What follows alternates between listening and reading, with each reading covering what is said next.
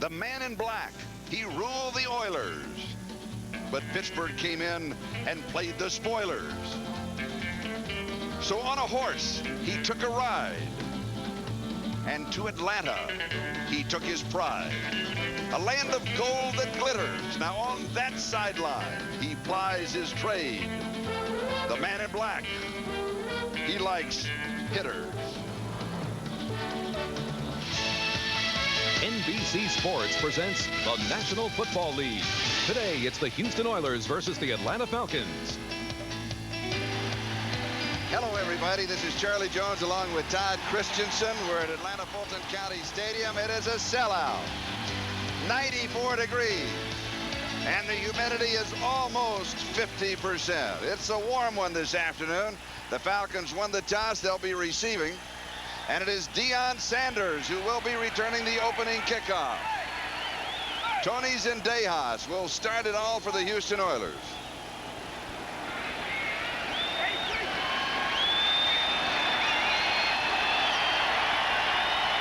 The blue of Houston against the black of Atlanta.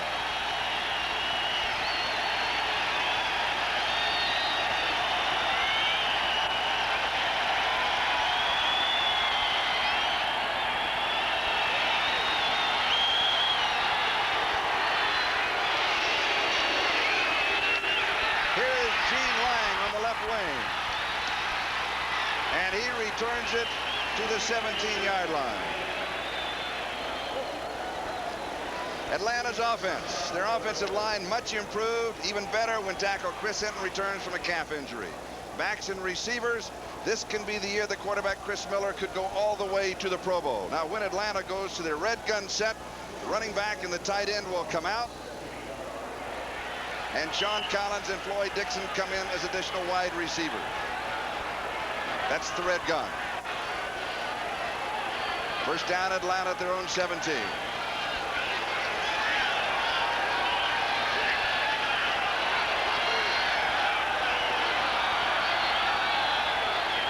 Broussard's in motion. And Miller comes out throwing. Has pressure, and he is dropped at the 7-yard line by William Fuller. A loss of 10. It'll be second down and 20. The Houston defense. Their defensive front is something to prove. They want to become a unit that their offense can be proud of. Now, when they go to their spider defense, a tackle and 2 linebackers will come out. Ezra Johnson comes in along with defensive backs Steve Brown and Patrick Allen, and they join a secondary that will be tested today by Atlanta's wide open offense. They have to perform like they did here if Houston is to win. Charlie, I don't know if William Fuller sack did anything, but they only went with a 2-back set for 1 play. Now, right now, they're back to the red gun. From the end zone, here's the screen. It is Broussard. And he is back out to about the 17-yard line, which was the original line of scrimmage. It'll be third down and 2. That's a safe play. Wanted to get back some of the yardage, give him a chance to have a reasonable chance of getting a first down. A lot of times you panic early in the game and you want to go deep, but that was a good, safe pass. Broussard made the play up the field. Good support on the run by the secondary of Houston. Richard Johnson with the tackle. There is Jerry Glanville, the man in black. Jack Pardee in the white cap for the Houston Oilers.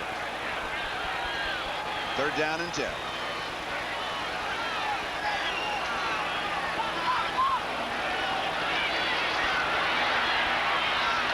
Miller's pass is complete. It's Sean Collins, and it will be short of the first down by a yard.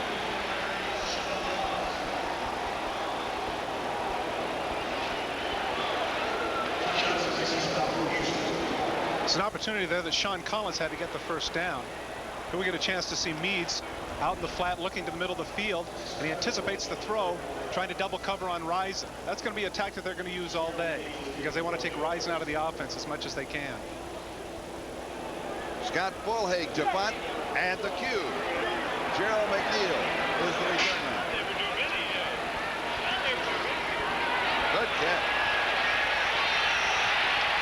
At the 25. And McNeil returns it to about the 37-yard line. Houston's offense, the run and shoot. It features a massive offensive line with 3 first-round draft choices that are just coming into their own. Backs and receivers, they are seasoned and effective with speed, quickness, and experience. And Houston will go with this set regardless of down or field position. The run and shoot. And it's fun to watch. It is fun to watch, and people wonder whether or not Warren Moon is going to be able to establish himself right off the bat. He had a poor preseason. His arm wasn't feeling so well, but he told us yesterday he feels great, and now's the time to assert himself. The game's count. Houston first down from their own 36-yard line. Drew Hill is the motion man. Pass is complete to Hill, and he is out of bounds. He picks up 9 on the play. Roland Mitchell chases him out. Atlanta's defense, they call it the black way. Because of Houston's offense, this will be Atlanta's basic defense. Their defensive front will have to take charge. They're still looking for the key pass rusher. Their secondary, it will feature 6 defensive backs. Atlanta's excellent corners, but they will be challenged today. Second and 1 at the 45.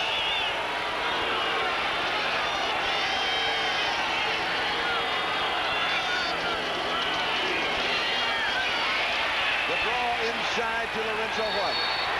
He's got the first down. Defense led by Mike Gabb. And that's the black way. One of the people that's going to have to be effective today for the defense of the Atlanta Falcons is Marcus Cotton. Here we get a chance to see him in a stand-up situation outside. He rushes. Unfortunately for him, Ernest Givens actually gets in his way. It wasn't meant to be a block, or else otherwise it would have been a tackle for a loss. Coming up to swarm on defense, but he gets the first down nonetheless. Yesterday in a conversation we had with Jerry Glanville, he told us that their best pass rusher as of this moment is Marcus Cotton. But as yet he hadn't really asserted himself in the preseason. They're definitely going to have some sacks today to stop the Houston offense. And here's the run and shoot from the shotgun. Houston will show it both ways. Flag is down. Moon goes deep into double coverage. It is incomplete. Ernest Givens, the intended receiver. Scott Case broke it up. Now we'll go back to the flag.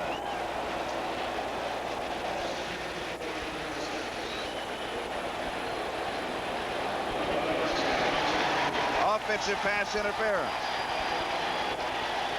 Excuse me, that's illegal use of the hands. There's good defense here. A double team situation on Ernest Givens by Bobby Butler and Scott Case. We see him look to the left and try to get the free safety out of the middle, but Case does a good job of staying with his man. Right here you see him running stride for stride with Givens, and Bobby Butler gets over there and bats the ball away. Good play by the secondary of the Falcons. Warren Moon checking it out, showing his vertical. What's going on? He knows there's going to be a lot more where that came from. And so does the secondary. That's right. So with the ball back to the 39, it is 1st and 20.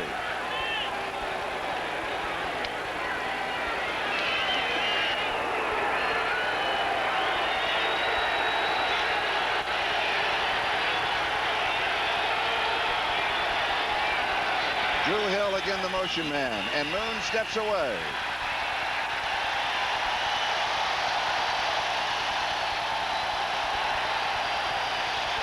Delay of game. It will be 1st and 25. The offenses have to pay attention because they're very conscientious out on the field of getting the clock started right away.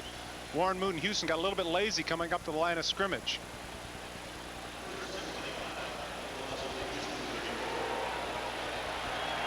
Houston started at their own 36. They picked up a first down to the 49, and now they're back to their 34, 1st and 25. Falcons with 6 in the secondary. Pressure from the backside. Pass is incomplete. Haywood Jeffries, the intended receiver. And Marcus Cotton put a real hit on Warren Moon there.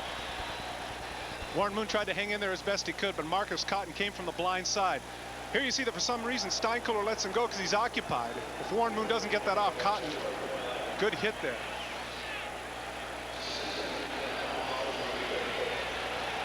Evidently, Marcus must have heard the conversation we had with Glanville. He's trying to assert himself now, Charlie. And it's 2nd and 25.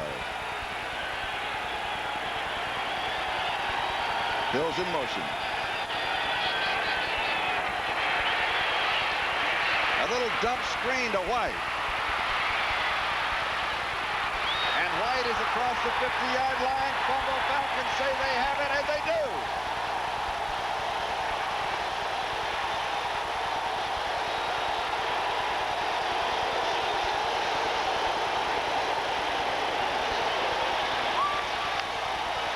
Well, this play is set up very well. A good call for 2nd and 25. Lorenzo makes a good cut here, and right there, Scott Case overruns it. Lorenzo White trying to do too much right here. Great play there, 58, stripping the ball, and Jordan alertly jumps on it. Big turnaround of momentum for the Atlanta Falcons. Exactly what they needed at this point. And Atlanta with the ball just on the Houston side of the 50-yard line. No score in the ball game. 11-17, time remaining in the first quarter. Interesting now that Atlanta goes back to the two-back offense. And it is Broussard. He's got 5. Has about 8. And it is dumped right in front of the Atlanta bench. Terry Kennard for the defense. You know, many people talk about the fact that Broussard at 5'6½" is just too small to play this game. But this low center of gravity is a big advantage for a running back. He cuts to the inside of the block of his fullback Jones, and right here uses some feet to get some extra yardage. At 5'6½" and over 200 pounds, Broussard is an awful load to tackle. That center of gravity, tough to handle. But what an exciting day for this youngster. Yes, it is, isn't it? He's the rookie, the #1 draft choice. We talked to him yesterday. He said, I've got a lot of pressure. I've got to learn to relax. But you got to realize that they didn't have this many people up in Pullman, Charlie. 2nd and 2. Miller's pass is complete. Michael Hayes.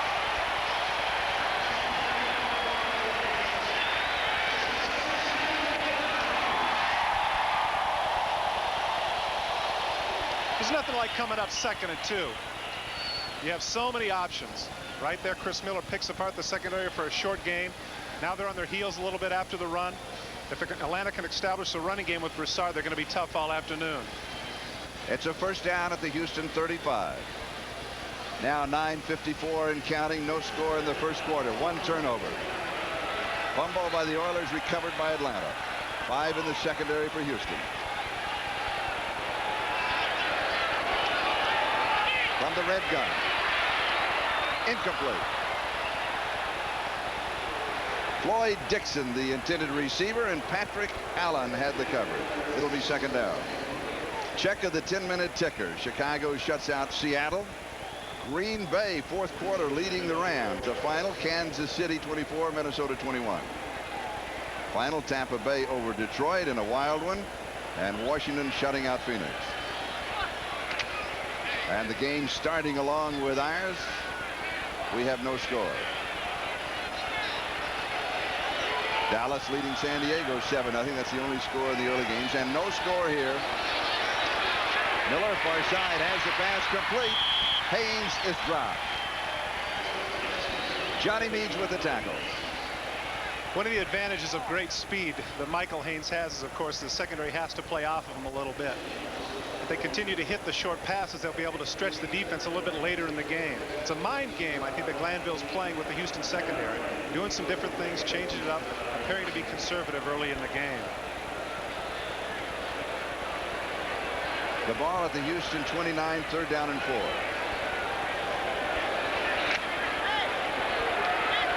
Haynes goes wide to the far side, and Sean Collins is wide to the near side.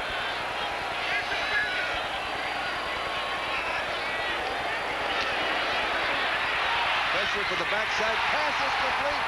All alone. Wide open is Floyd Dixon. Bubba McDowell and Johnny Meade for the Oilers.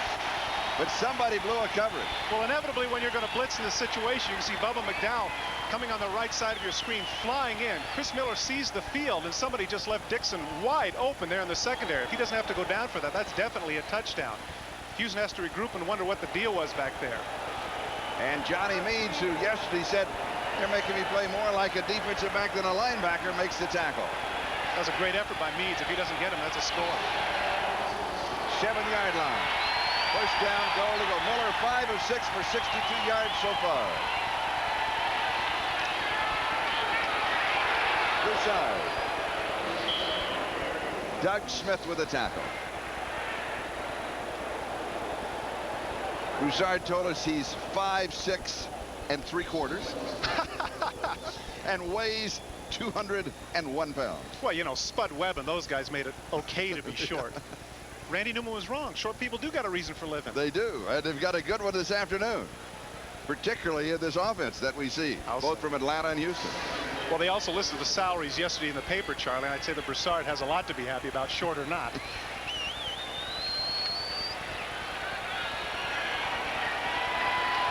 It was a gain of a yard to the 6, 2nd and goal. Broussard cuts back, and he's got it.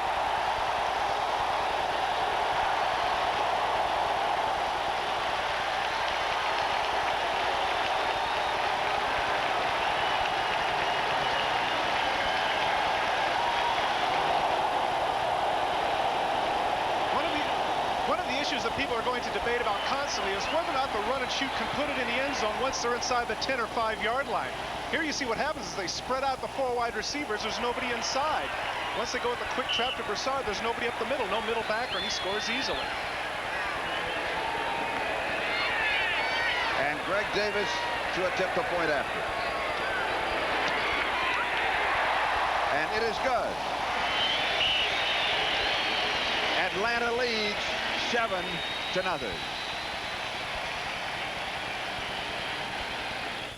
Eclipses once appeared only in the heavens, but now eclipses are appearing on Car and Driver's 10 Best list and Automobile Magazine's All-Star list. Mitsubishi, the word is getting around. Goodyear's putting their best foot forward with the Goodyear NFL kickoff sale, starring Goodyear's newest all-season radio, the Invicta GL. Now, when you buy 3, you get the 4th tire free. And we're passing on more big savings on a great lineup of all-season light truck and performance tires. The Goodyear NFL kickoff sale. Miss this kickoff, and you'll miss the point. Goodyear tires are on sale now. The Mitsubishi Montero is Car and Driver's best buy among sport utilities under $20,000. They call it, quite aptly, an uncommonly civilized vehicle.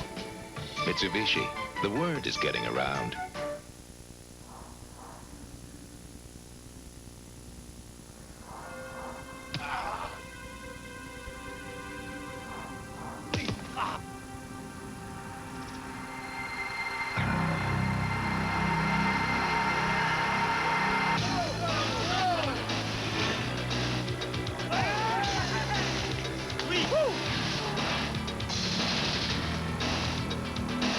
Next time.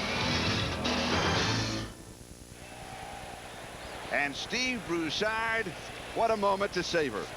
His first start in the National Football League, his first touchdown. And Atlanta's a 7-0 lead. And now short people got a whole lot to live for. Big touchdown. It looks like the pressure isn't bothering him at all. Greg Davis will be kicking off.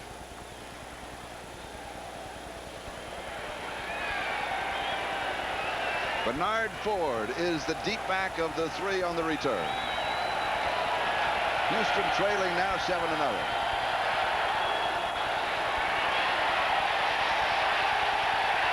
Out of the end zone.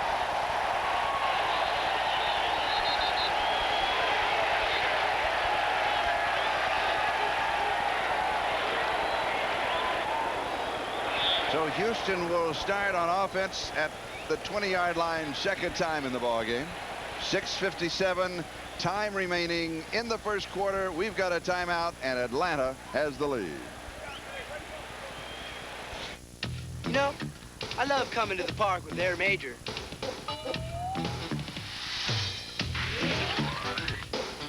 Because there's nothing better than spending a little time with man's 2 best friends. His dog and his beer. Miller Lite, the less filling beer that really tastes great. What's this? That's mine. Yeah, doggy. Miller Lite, where less filling really tastes great. Millions of years ago, nature created a vehicle that accelerates, steers, and stops with all fours. That ingenious concept has now been engineered into a car. Introducing the Mitsubishi 3000 GT. With all-wheel drive, all-wheel steering, all-wheel anti-lock brakes, and 300 horsepower instead of just one. Mitsubishi, the word is getting around. A muffler isn't something you just stick under your car. The wrong one can really hurt your engine performance and fuel economy.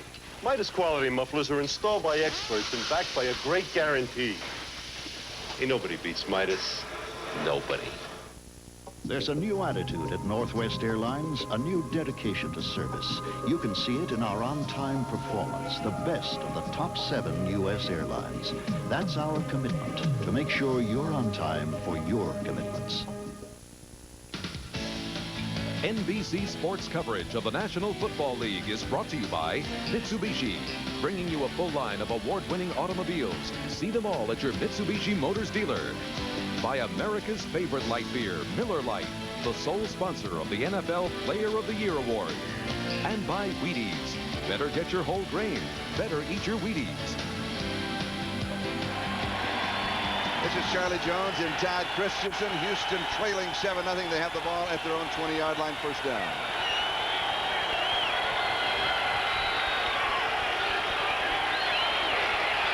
Main backside pressure. It's a fumble.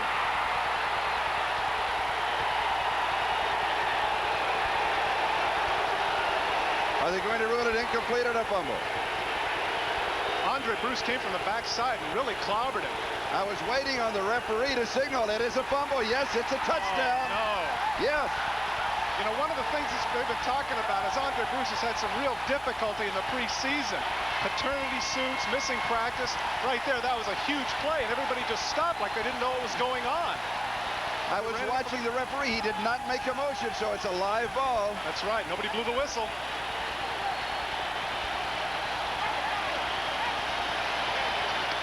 Houston's going to scream all they want and debate about it, but the fact is that nobody said anything about it. If there's no whistle blown,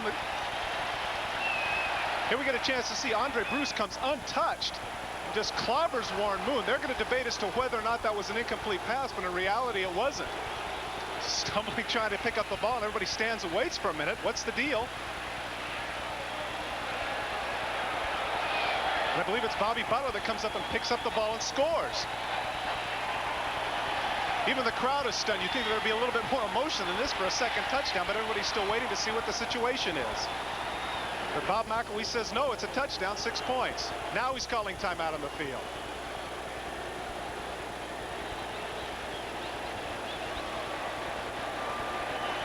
And we'll go back and look at the whole play as the officials start a conference. They may want a review. Does this come under the purview of the replay official? I think it could. Here we got a situation where there isn't any debate as to whether or not his arm did not come forward right here. It's a fumble.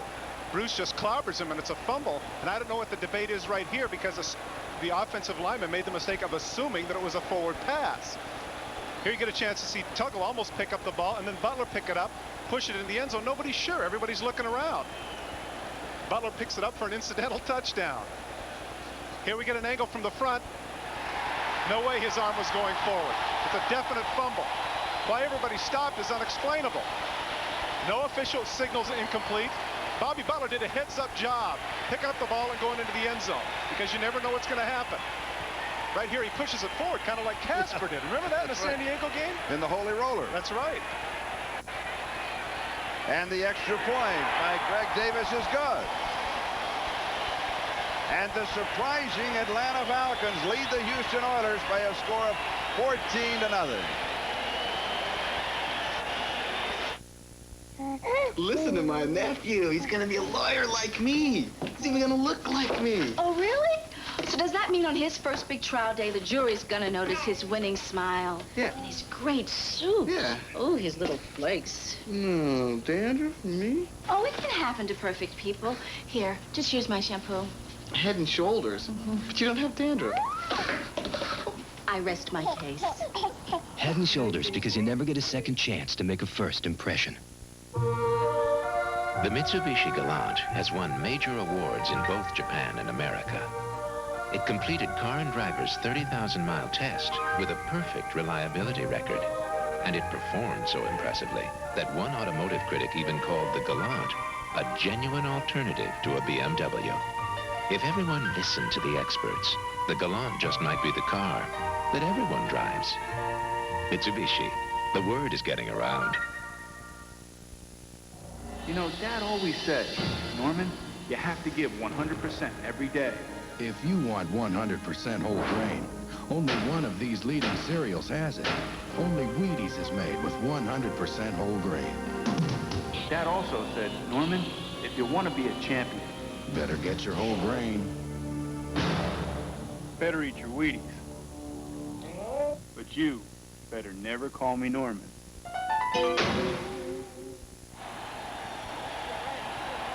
And Andre Bruce started it all. Charlie, this is just what the doctor ordered for Andre Bruce. 3 years ago, he's the #1 pick of the draft. Everybody's talking about how he's going to help Atlanta get to a Super Bowl. And over the last 2 seasons, he's been a major underachiever. Now he's had some problems with the law. He's been in Jerry Glanville's doghouse for the longest time, and the quickest way to get out of it is to hit somebody, and that's what Bruce just did. He did not have a good preseason, but as we all know, preseason does not count. That's right. This does. Atlanta leaves it 14-0. Bernard Ford is the return man. Greg Davis with 2 extra points to kick off. And it'll be down in the end zone. Houston will have the ball again at their 20-yard line. And the first fight has started. It's out at the 10.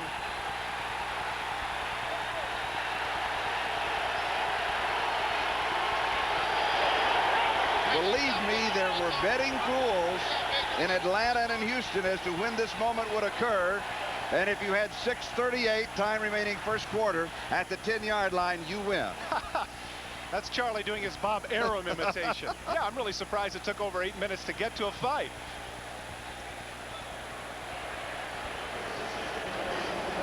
We'll come back to that ticker in just a moment. Houston now from their own 20. Atlanta in control of the ball game.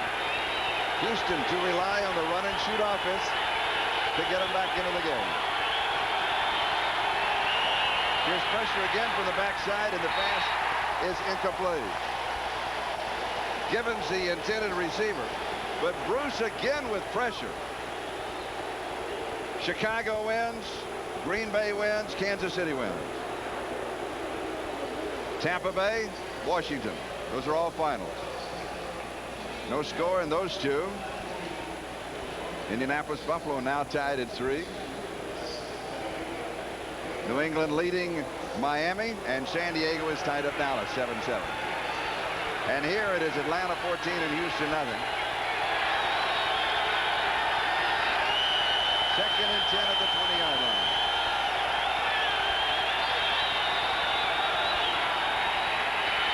From the shotgun, incomplete.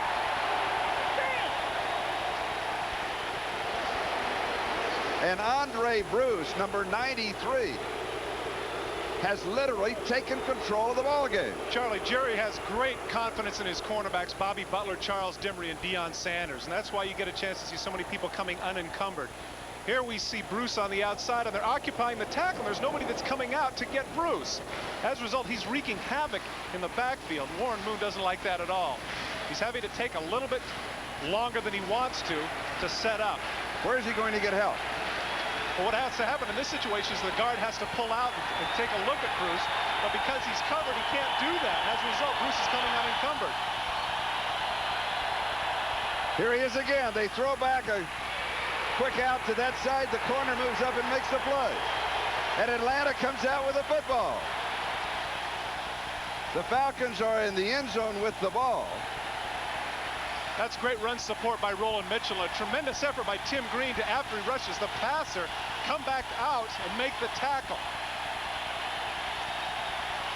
Warren decides we're going to go with a quick throw here. I'm tired of getting sacked. Right here you see Roland Mitchell come up, not quite get blocked, and there's Tim Green. The ball comes loose, but it's too late. Bruce coming from the outside now. Great confidence. Look at him stand up and come with a two-point stance. He's bothering Warren Moon. They're going to have to make some adjustments on the sideline with their offensive protection. Montgomery's kick. Deion Sanders drifts back and takes it at the 18-yard line. Fumble. Houston has the ball. Houston has recovered a fumble. Eric Fairs, I think, is the one that got it, Charlie. You're right, it is. It's Eric Fairs. Well, if you believe in momentum, you'd have to say that the starch has been taken out of them a little bit, even though Deion shakes hands there, trying to be a sportsman. He's got a lot of room because of the howitzer that Montgomery hit. Now he cuts upfield, gets a good block here right around the 25, and right here, he tries to take too many moves. The helmet gets right on the ball. Great play there by Al Smith. That's what caused the recovery for Fairs. Big break for the Houston Oilers.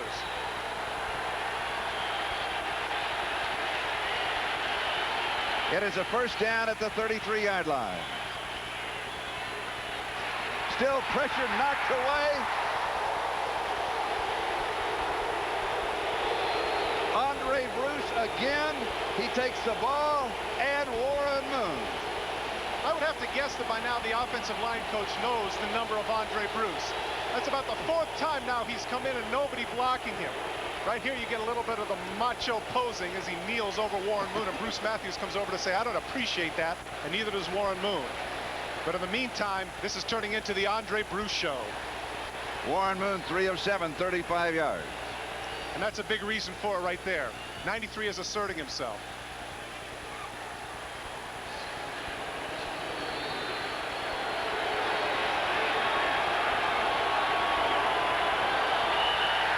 Warren Moon takes a timeout. The score, Atlanta 14, Houston nothing, and Andre Bruce in control of the game. Millions of years ago, nature created a vehicle that accelerates, steers, and stops with all fours. That ingenious concept has now been engineered into a car. Introducing the Mitsubishi 3000 GT. With all-wheel drive, all-wheel steering, all-wheel anti-lock brakes, and 300 horsepower instead of just 1. Mitsubishi, the word is getting around. We tested STP oil treatment under the worst possible conditions. In the taxi cabs of New York City. The result? Engine lift to wear was reduced by up to 50%. And now there's an STP for your newer car, too. You guys aren't supposed to be in here. Hey, no problem, Honorable Dojo guy. But this is an import car. We're the auto lights, guaranteed in any language. Sayonara. You know, I love coming to the park with their major.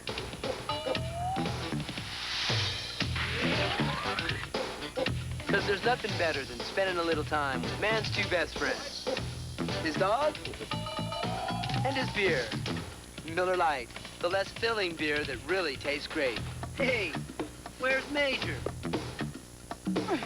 Miller Lite, where less filling really tastes great. Hey, where you been? Welcome back to Atlanta, everybody, and we've really got one underway. I'm Charlie Jones, along with Todd Christensen. If you don't think that Jerry Glanville isn't ready, he enlisted the Marines. They have the hit the beach helmet for the star of the special teams. Yeah, it was interesting that Eric Bergeson, along with the rest of the special teams members, lined up before the game and went one length of the field and then another length of the field, escorted by the Marines. Yeah. He's the one that got to wear this helmet, and it's interesting. The whole military motif really exists out here because one of the groups out here is Jerry's Jarhead. That's right. And they also put war paint on Eric, so he is ready. I tell you, the way that it's going right now, Andre Bruce may win his own helmet before halftime. I would think so. They got to put somebody on it. Here's the option by Warren Moon. He will lose a couple of yards. Atlanta comes up with the ball. The officials are running with them. It may be another touchdown. It's the second time that's going to happen. A great play there by Jesse Tuggle. The officials were escorting him. It's going to be another touchdown. Charlie, there's no doubt in my mind that this crowd is loud, but it's certainly not so loud that it's overshadowing the whistles of the officials. Everybody's standing around and confused, and once again, we're going to have a caucus out there on the field.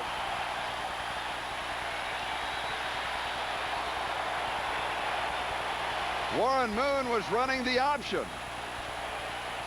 Possibly set up to get away from the pressure of Andre Bruce. Well, they ran right into Andre Bruce, and once again he was unblocked, but he went to the back. And as Warren Moon cut upfield, Jesse Tuckle nailed him, and the ball went loose. And now they're going to have a debate as to whether or not the ball was dead. But who blew the whistle? Nobody seems to think that they did. And once again, a major argument. Détente never had it this easy.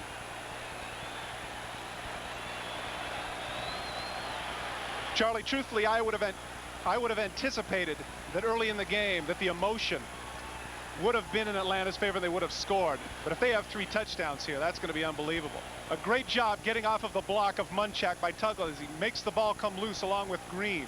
Now, from that shot, you cannot see if it was a fumble or not. Well, right there, it's usually a given. If the guy is down, that they're going to say, ball's dead.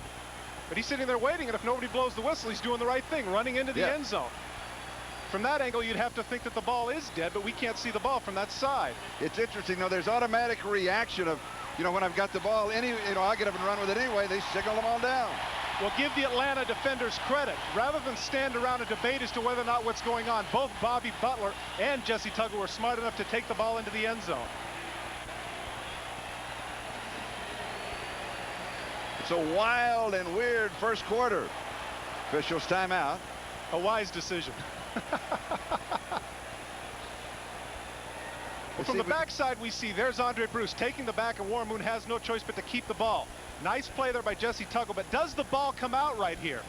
It appears to be obscured right there. It looks to me like Jesse Tuckle takes the ball away from Warren Moon. But you see Warren waving his arm, which seems to indicate that maybe the ball was indeed loose. There he pauses for a minute, but he realizes he's so far ahead, and Tim Green says, get going. Don't stop. Run to the end zone. Now, since the officials are not talking with each other, then obviously the replay official is involved here. As you can tell by the crowd reaction, really popular. They love to see those huddles of officials. And they have only, the replay official can see only what you have seen at home and what we have seen here. And you can't overrule it. You can't overrule it because we don't see anything that causes it to be overruled. And from all indications, you can't tell as to whether or not it was a fumble or whether or not Tuckle just made a great play and took it away from Warren Moon. But if he did indeed take it away from Warren Moon, it was clear that Warren was on the ground.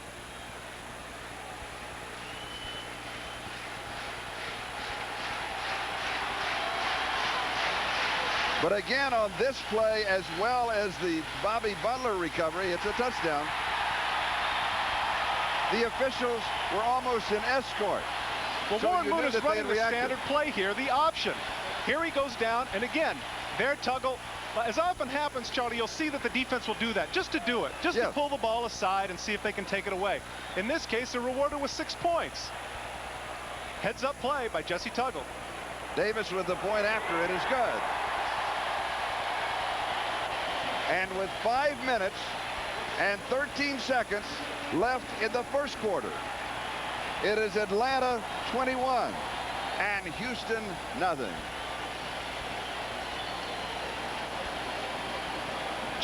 Charlie, Jack Party's got to be thinking at this point that he's playing 18 people. He feels that the officials are against him. Twice now calls haven't gone his way. Right there you can see a little bit as he's going down that Warren Moon is losing control, but there's no conclusive evidence that the ball is loose. Nobody else saw it, and Jesse Tuckle is the one that saw it and decided to be heads up and go for the end zone. Now here he's going to debate it, thinking to himself, hey, I fooled him. Okay, that's great. Let's bring it on back.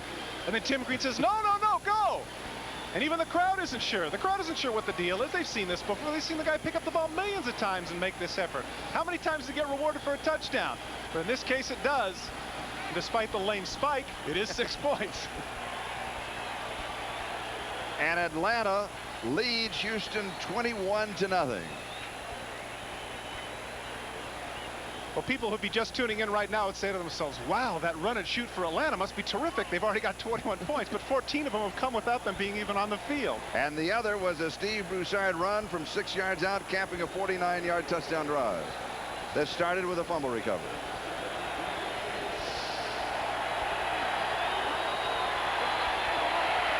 Ford will take it in the end zone and down it, and Houston again will start from the 20-yard line. And headbutting continues here. Let's go to Bob Costas. Bob? Considerably less excitement, really, in Dallas, but the Chargers and Cowboys are tied at 7. Here's Mark Vlasic, who rested the starting quarterback's job away from Billy Joe Tolliver.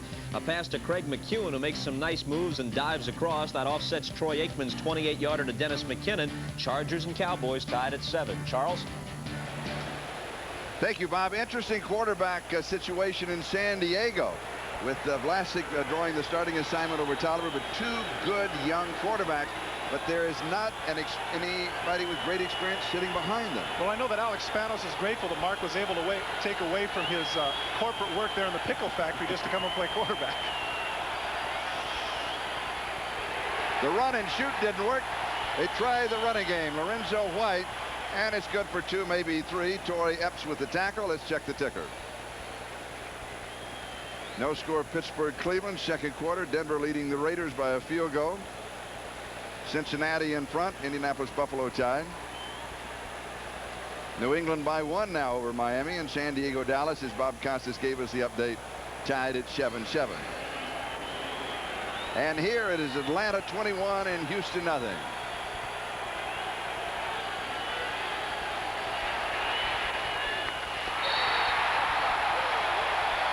Gibbons the intended receiver, and the Oilers can't make anything worse. And Warren Moon is telling him, calm down, calm down. I know we're down 3 touchdowns. The crowd's against us. Just calm down. That's the veteran savvy of somebody 33 years of age saying, hey, there's 3.5 more quarters of football to play. Let's relax a little bit and do what it is that got us this far. 3rd down and 7 at the 23.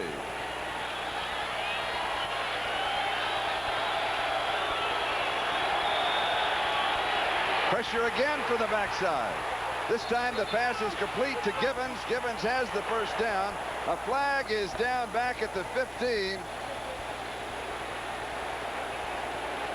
Well, they're going to call roughing the passer on Andre Bruce. And, of course, this is one that's open for debate. And this is the kind of thing that really gives them an opportunity to get some momentum. We have a little bit of a fight on the field right now, but Andre Bruce is wondering what the situation is. All he did is come once again without anyone in front of him and just clobber Warren Moon.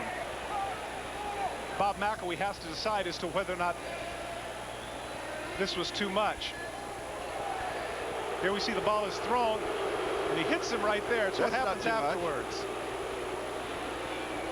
No, that's a bad call. I agree. That's a bad call. What Bob McElwee saw was he saw Andre Bruce with his hands up, attempt to go to his head, and that's all that Bob McElwee called. But he stayed below. He stayed at the shoulder line, didn't he? I'm not debating with you. It was a rotten call, but that's what Bob McElwee saw, hence the additional 15 yards that Jerry Glanville is going to let somebody else know about.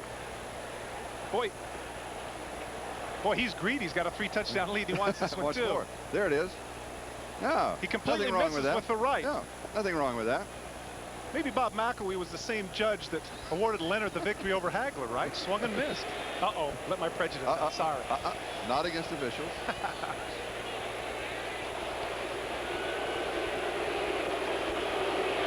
Plus, McElwee's probably feeling that he's so familiar with Andre Bruce now. He continues to see him in the backfield. He feels like, hey, don't. We have the personal foul, roughing the passer, 93 defense, 15 yards from the previous spot.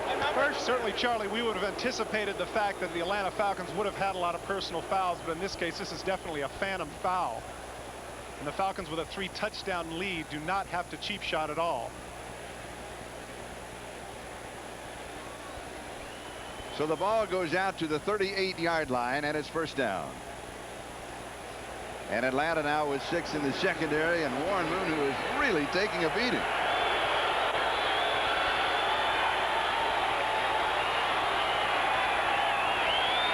He's got time. It's deflected at the line of scrimmage. There's a flag downfield at the 42. I think they're going to call Dion for illegal contact.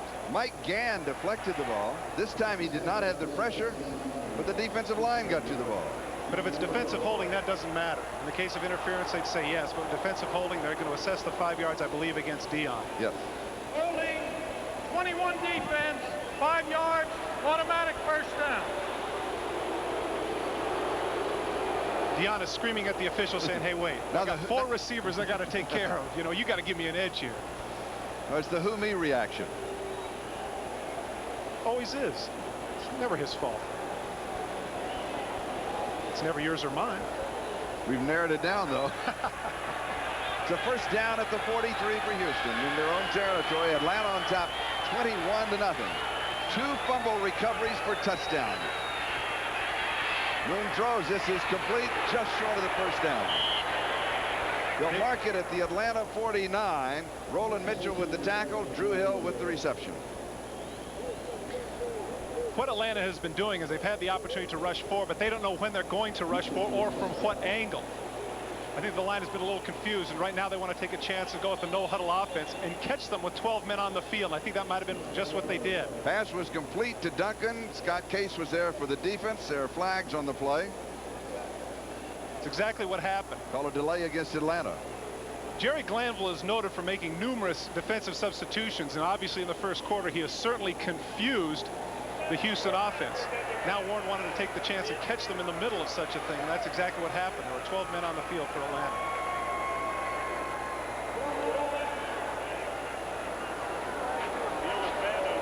They're trying to read the lips to get the exact wordage.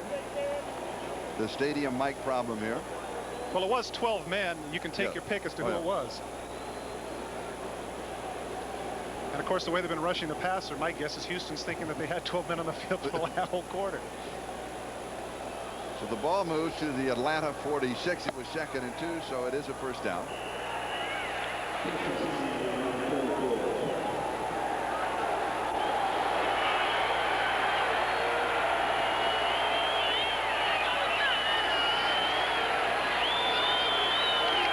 Pressure again to the backside. Another fumble on the handoff, and Atlanta has it. This time it is Rick Bryan. And I believe this time they're actually going to call him down. What do you think? Ken Tippins jarred it loose. Is that Andre Bruce is down? That would be a significant loss, but he's getting up. He's going to be okay.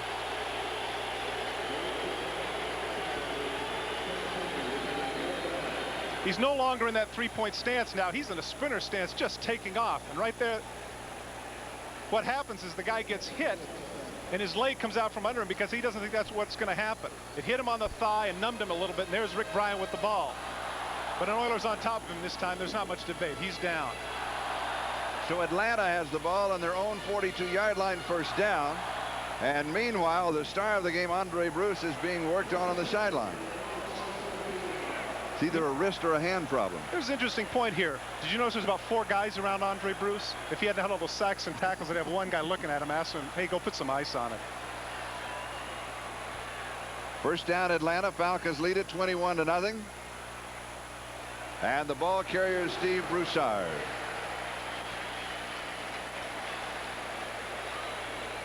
Stay with us at halftime for highlights, updates. Bob Costas, Will McDonough, and O.J. Simpson.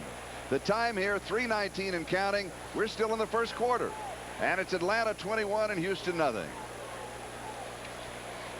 Atlanta with a 49-yard touchdown drive that came off of a fumble recovery.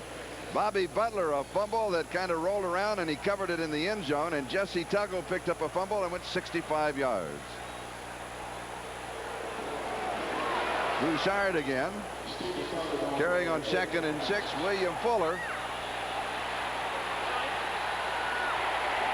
And now a fight breaks out downfield. You know, Charlie, I know that both these teams have this reputation. But Atlanta's case with a 3-touchdown lead, this is absolutely the last thing you want to do. You've got all the momentum. You've got the crowd behind you. Don't distract yourself. Keep to what's been going for you. And, of course, if you're on Houston's side of the ball, you want to say, hey, maybe we want to get something started. Maybe we want to interrupt the flow of this game because, obviously, it's not going in our direction. Defense, offsetting foul.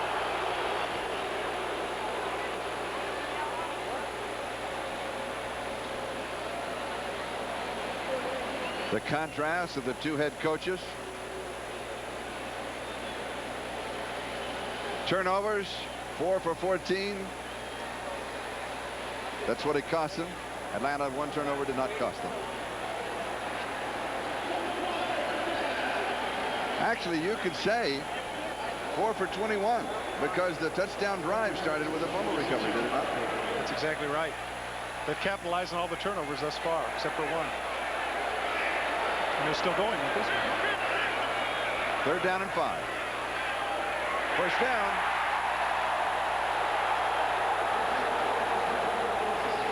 Floyd Dixon. Wrestled down by Chris Dishman. Well, on third down, you're going to get a situation where they're going to flood the right side. You can see that he comes out to the flat, and Risen, while not necessarily a pick, runs into the way of Chris Dishman. All it takes is that 2 steps to get out of the way, and that's enough room for Miller to fit it in for the first down. And the ball is at the Houston 40-yard line, first down.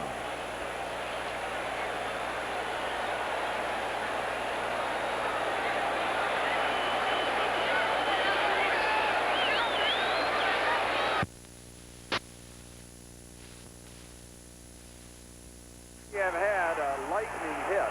We have had a power hit here at the stadium. And we have lost our monitors here. We've lost the big diamond vision. Now it comes back. And we were off the air with that power hit.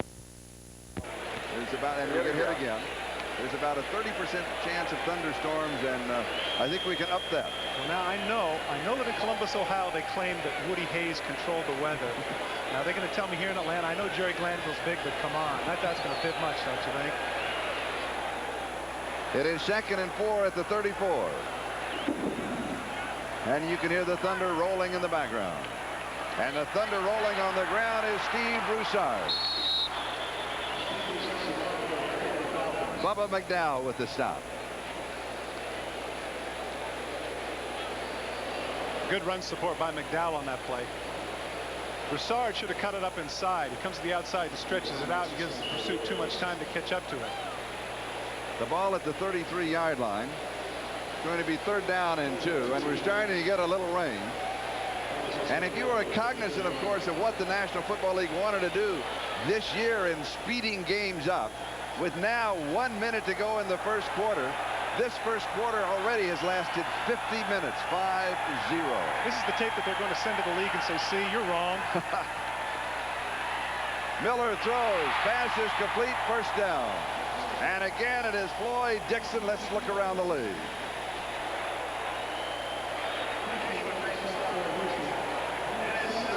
No score, Pittsburgh, Cleveland. Denver still by 3 over the Raiders. Jets trail by 3. Colts and Bills tied. New England leads by 1. San Diego, Dallas still tied. And here it is Atlanta 21 and Houston nothing. And the rain starts to come down as the crowd heads for the exit, looking for a dry spot. The ball at the Houston 23-yard line.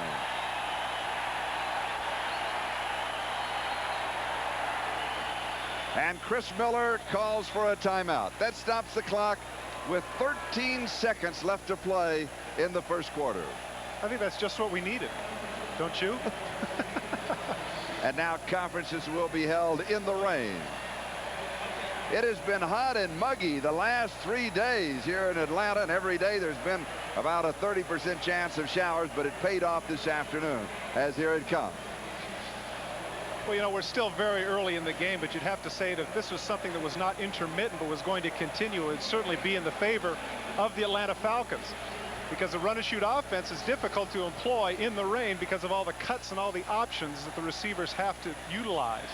So it's going to be interesting as to whether or not this continues and if it's going to be a factor, a deterrent for the Houston Oilers. But as far as the Oilers are concerned, how will the rain affect Andre Bruce? Because he has dominated them. Well, that's right. I agree. I don't know if it's going to affect him at all.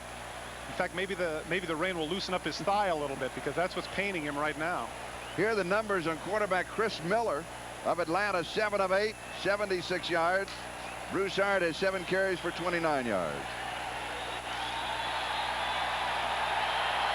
First down at the 23-yard line. And the rain is letting up just a little. But Broussard is not.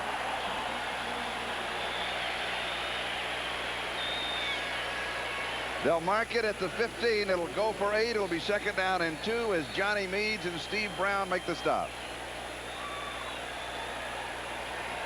And we have come to the end of the first quarter, and Atlanta leads it 21-0. Today, a guy losing his hair can choose between being the man he wants to be We look great with hair. Do something to save it. and the man he could become. Can't you accept nature like everyone else? Doctors have hair loss treatment programs that are proven to work, and the sooner you see a doctor, the better. We don't want nature. We want hair. When you've considered the arguments, We might look great bald. and you decide you want hair, there's only one thing to do. See your doctor, or call this number for more information. Ready for some good news? If your car is in an accident and you have Allstate insurance, you can leave it in our hands. Allstate's recommended pro shops can do everything, including the estimate, in one stop. And to make you feel even better, Allstate will guarantee their workmanship for as long as you own your car. Well, that's the news. Now, be careful. You're in good hands with Allstate, a member of the Sears Financial Network. How much insulation do you have in your attic? 3 inches? 6 inches?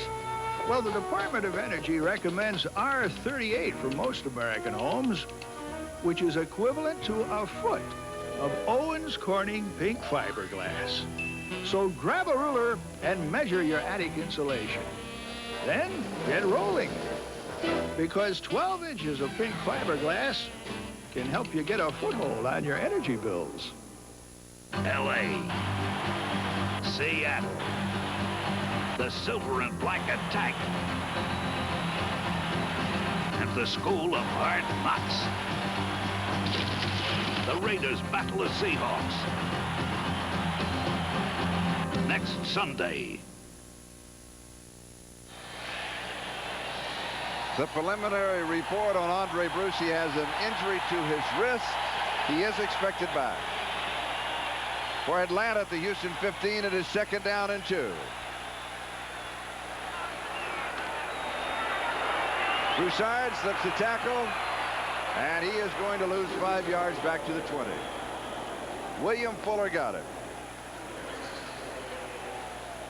The statistics in the first quarter. Well, the statistics are significant, of course, as you look at the total yards, but never mind the yards passing, rushing, and everything else. The key right there is the turnovers. 3 of those 4 turnovers have turned into touchdowns, and right now it appears that the 4th is on its way to either getting a field goal or a touchdown. Time of possession in this case a little bit overrated.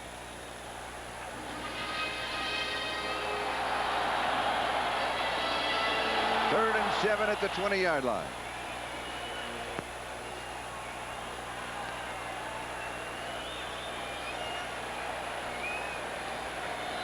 Phones are out on the Houston bench. McAlee, the referee, coming to the near sideline.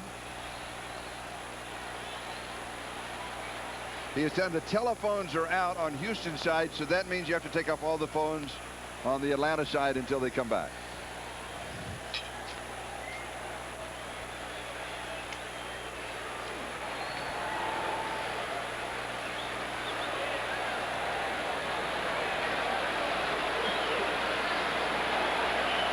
And that, of course, cuts off communication to the assistant coaches in the press box.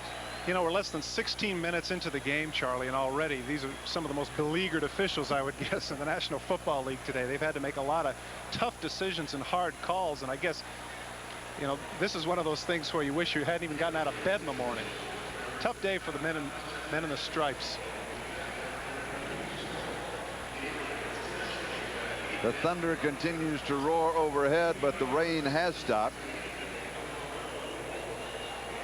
Chris Miller has completed 7 of 8, 72 yards. He's been sacked 1 time, losing 9 yards on the sack. And so his protection entirely different than the protection that Warren Moon has had on the run and shoot. Yeah, 7 for 8, but even more significant than that, he's yet to be on his backside. You see a clean jersey out there. I would look for here on 3rd down. 2 straight 3rd down conversions have been with that out route to Dixon. It'll be interesting to see if the philosophy of Miller and Glanville in this case is if it ain't broke, don't fix it. Because that worked for him the last 2 3rd down plays.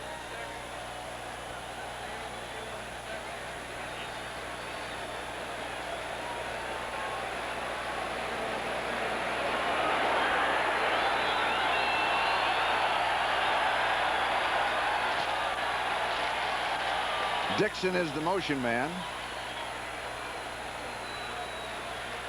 Miller looks left, comes back right. There's nothing there. And he's going to pick up about a yard on the play. Ray Childress brings up the defense to stop him at the 19-yard line. So it'll be 4th down and 6. Let's check the ticker. Still no score. Pittsburgh and Cleveland. Denver still leads by 3. As does Cincinnati. Buffalo now by 7 over the Colts. New England still by 1, and San Diego, Dallas tied. Here it's Atlanta 21 and Houston nothing. From the 29-yard line, a 39-yard field goal attempt by Greg Davis.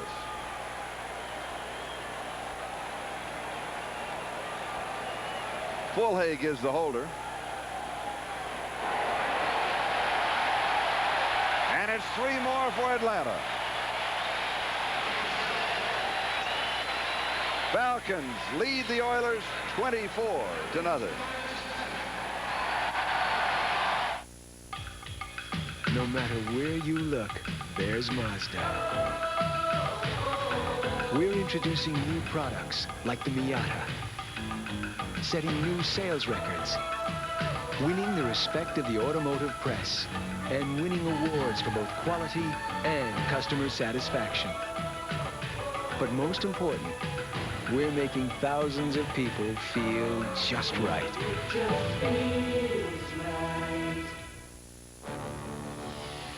Now, Norelco has taken a razor that was seemingly perfect and made it better by giving you a new level of closeness without giving up any of our legendary comfort.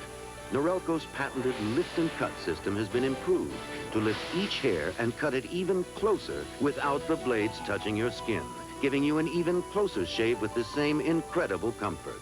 The new Norelco, a whole new level of closeness and comfort. Wouldn't it be great if suddenly you were starring in a Hollywood movie with the ever-popular and famous Vava Lavoon? And wouldn't it be great if Vava brought beer?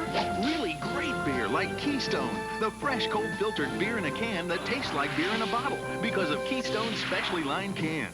And wouldn't it be great if Vava really fell for you? Cold filtered Keystone and Keystone Light, bottled beer taste in a can. Wouldn't that be great? NBC makes you this Monday night comedy guarantee.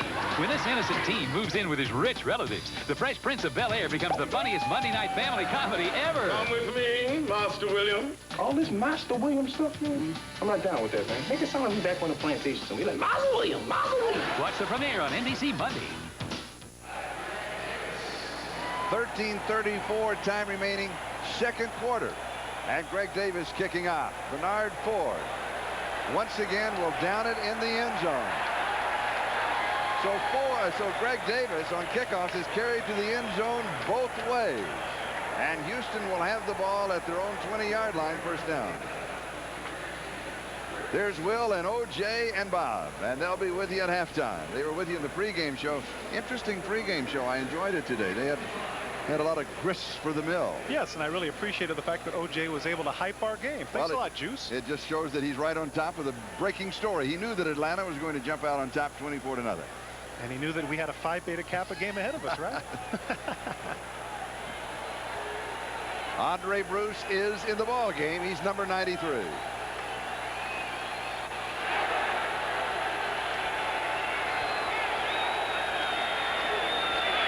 Moon gives off to Lorenzo White. And the black wave is there to greet him after a yard. It'll be second down. Jesse Tuggle and Andre Bruce on the tackle. This is what happened in NFL Live. Mike Ditka, he might retire if the Bears win the Super Bowl this season. He also might retire if they don't. Will McDonough, Ditka, Parcells, Gibbs, maybe in the final year of coaching. Buddy Ryan will get a new contract till he becomes a millionaire. That's what he said. Davis' decision on the Raiders' future home will be made in 2 weeks. And you and I will be waiting with bated breath. In 2 weeks, we'll have an update. It is 2nd and 9 at the 21. Incomplete. Jeffries, the intended receiver. It'll be 3rd down and 9.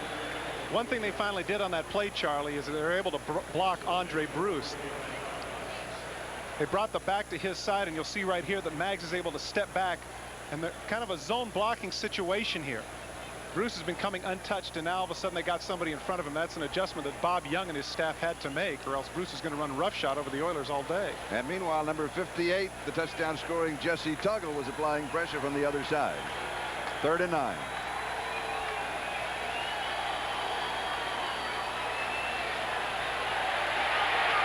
Warren reverses his field, cuts back, and he is to the 26, 27-yard line. He rushes for 6 yards, though. It'll be 4th down and 3. Mike Gann cut him down. Marcus Cotton was also there. Great hustle by Marcus Cotton, too, because he's rushing the passer along with Andre Bruce. This time Bruce takes it inside and takes himself out because Moon's rolling to his left. Now he rolls to the left and realizes that he's got a lot of room to cut back, but here the pursuit is too much for him. There's Cotton coming out of your picture. Great speed, great pursuit to prevent the first down. And now Greg Montgomery will kick to Deion Sanders. At the 31. And he returns 11 yards to the 42-yard line. Late flag coming in. We've got a timeout, and Atlanta has the lead. We'll be back in a moment. Oh, hold it. We're not going away. 11:52 is the time remaining in the second quarter, and the Falcons in command of the game. Well, right at the last, one of the officials came in and saw some contact that he didn't like, and so he saw a block in the back, number 23 during the run back. You know, Deion does a good job. A lot of times when you get scat back type kick returners, they have a tendency to go east and west and drive their special teams coaches crazy. There you saw Deion get the ball and head upfield with that great speed and get him an extra 12 yards. And now that that's been sorted out, we'll take our timeout. We'll be back. Oh, here we go. Oh. You just, baby. Zombie blood. How you like me now, baby? Got good life insurance?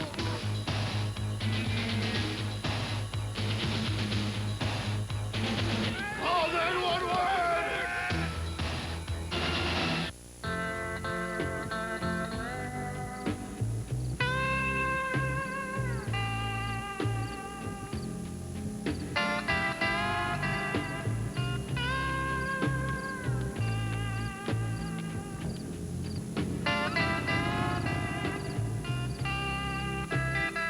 Haven't we met somewhere before?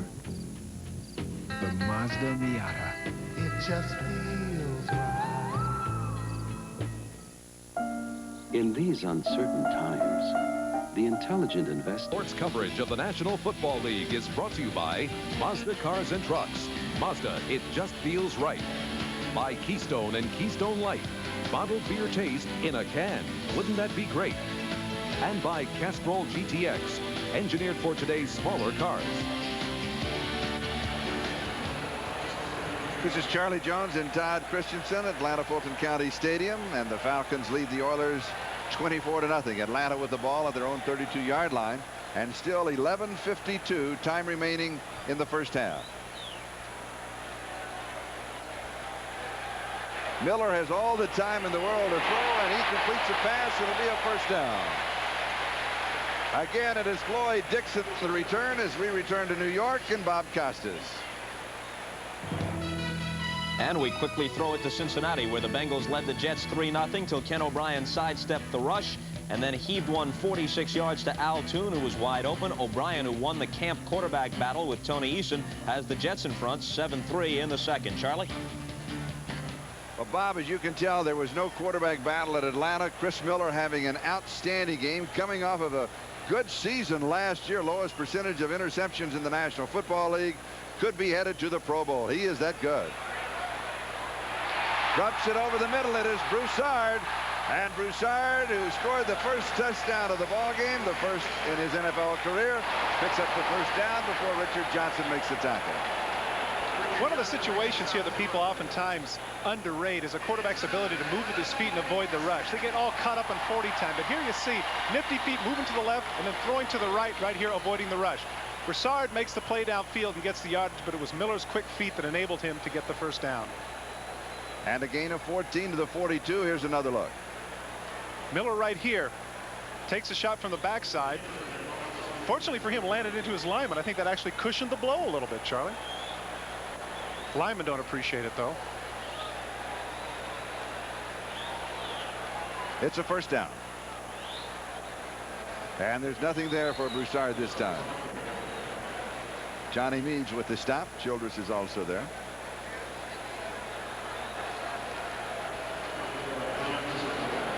In the white cap, that is Jack Pardee, the head coach of the Houston Oilers. A man who has been coach of the year in the WFL, the NFL, the USFL, and the Southwest Conference. Really a class act, Yeah. Charlie. We got a chance to talk with him yesterday. A real man of substance. He's done it all in football.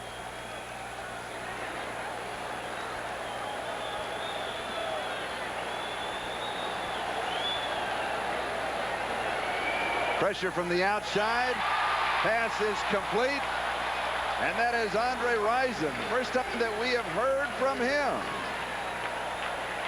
Well, they've done a good job at trying to bracket him and take him away, but here you'll get a chance to see that he's the blitz pickup. Right there you see the strong safety blitz, and he knows right away that he's going to break off his route and get the ball.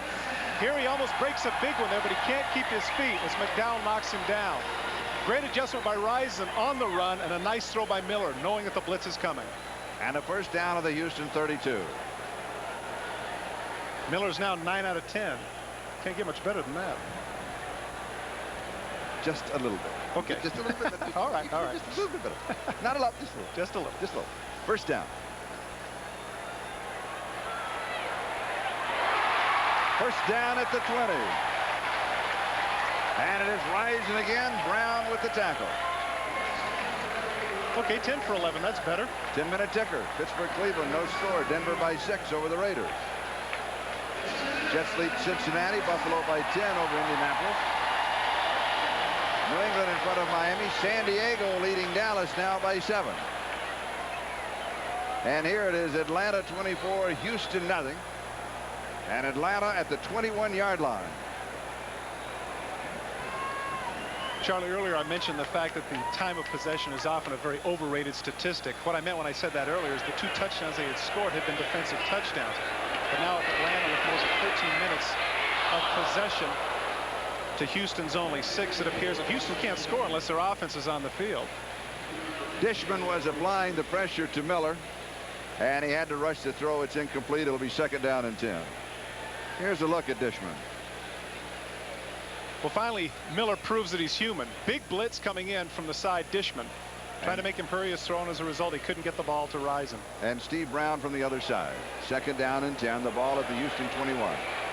You know, Chris Dishman had the reputation last year for being somewhat of a dirty player. He had said to myself and to others the fact that he's going to clean up his act a little bit this year. He wants to be known as a great player, not as somebody that cheap shots and gets personal fouls. Miller, it is incomplete. So he's run into a dry spell all of a sudden. Rison the intended receiver. And Dishman was there for Houston. You have to give credit to the fact that they're not being predictable. Miller is rolling every which way. Right here he cuts up the field, and they've adjusted that a little bit. Rison right there. Dishman does a good job of covering him. Once again, Miller's hurried throw is too high for him. Good coverage by Chris Dishman. Time 7:54 left, second quarter. Score Atlanta 24, Houston nothing. Falcons threatening again. Third down and 10. Miller 11 of 14, 119 yards.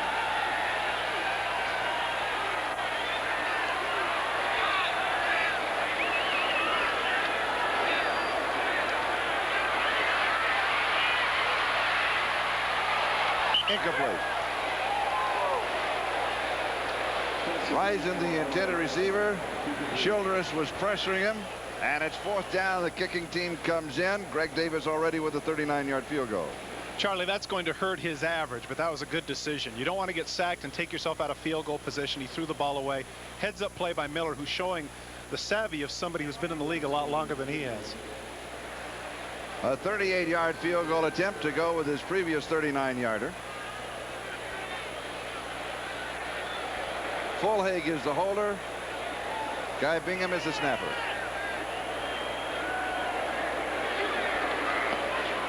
Right down the middle.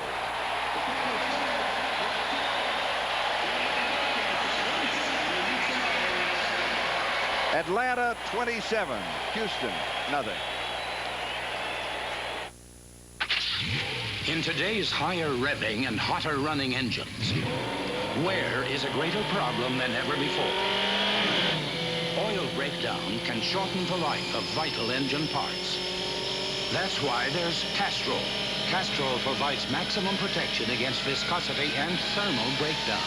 So use Castrol, because driving today can be a grind. Castrol, engineered for today's smaller cars. Last night we tried this hot new restaurant. For starters, I had a $7 shriveled up tomato. It was sun-dried. And something was either a miniature chicken or a large frog. It was a squab. The side dish was a magnolia. Gardenia. I asked for potato. I got a look. So tonight, it's a thick roast beef sandwich, accompanied by a smooth, mellow A&W cream soda. Nice centerpiece. It's a salad. Try an A&W cream soda, regular or diet. There's just more to it. When a good cup turns dirty, It's all coming apart, Al. it can spread all the way to the top. Get out right now! Notte, but Asante. Q&A, soon on video. His toy has stopped. Lights run, Mom. And he has started. You run to the junk drawer for a battery. But which ones are good? You'd know with the new copper top tester. It's absolutely free, only from Duracell. Wednesday on NBC, a new unsolved mystery. Were these designs really made by UFOs? Startling new evidence. Then you may be able to help capture the Teller Killer. It's a new Unsolved Mysteries. Then it's no mystery where comedy is, with the hit comedy The Finelli Boys, from the writers of The Golden Girls. Following a new Unsolved Mysteries on NBC Wednesday. With 7:43 left to go in the first half, it is Atlanta 27 and Houston nothing. Atlanta 143 net yards to Houston's 39. 2-yard line, Ford. And he returns to about the 24, maybe the 25-yard line. Of Houston's 39 net yards, 23 came on one pass play. And that's been it for the offense of the Oilers. Well, defense by the Atlanta Falcons.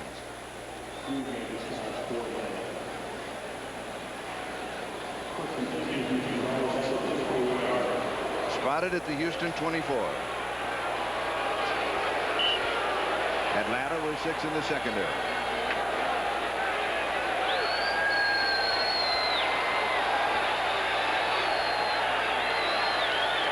Six in the secondary, and Andre Bruce on the defensive right side.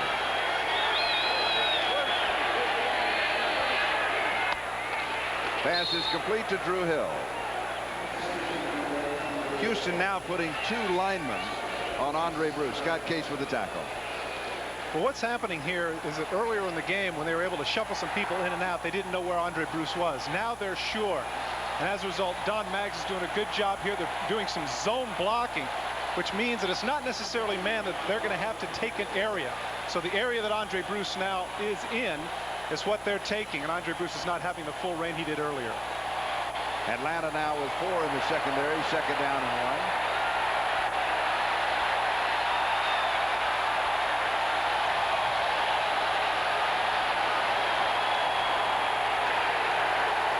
And White will pick up the first down at the 36. Well, I stand corrected. I said that he wasn't having free reign, and there he is coming in untouched again. This time you'll see what happens is that you've got Tim Green lining up over the tackle, and as a result, Bruce is on the outside of him, reminiscent of the old Bear 46. And so what's happening is the tackle has to block Green, and Bruce can come in untouched, and there he does. Big play once again, barely getting the first down. And the celebration has started early. The wave is in progress at Atlanta Fulton County Stadium. That's original. First down at the Houston 36. Pressure from the opposite side. He just throws this away. Atlanta was looking for a flag of intentional grounding.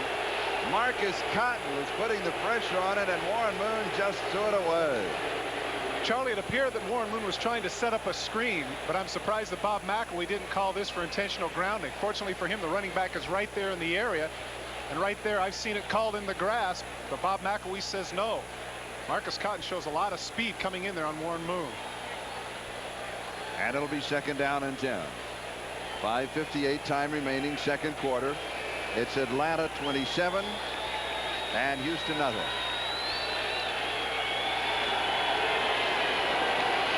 Falcons with 3 touchdowns in the first quarter.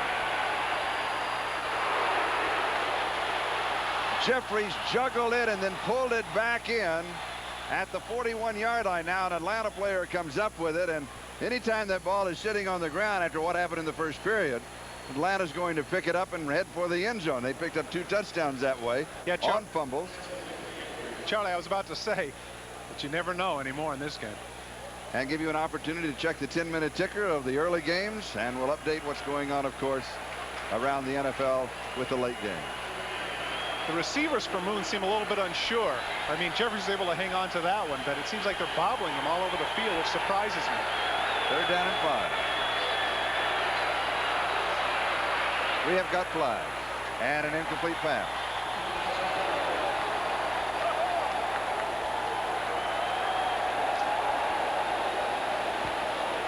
It may have been Rick Bryan.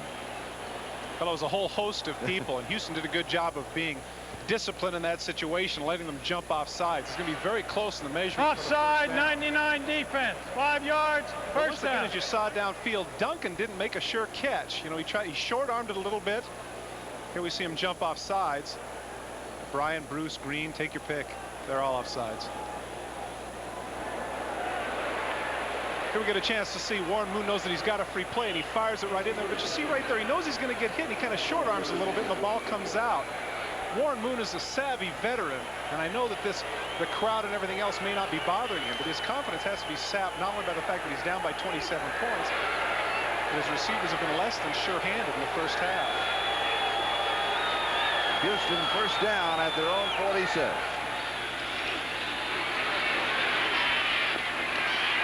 It is intercepted and then fumbled. Well, they ruled it incomplete. Good call.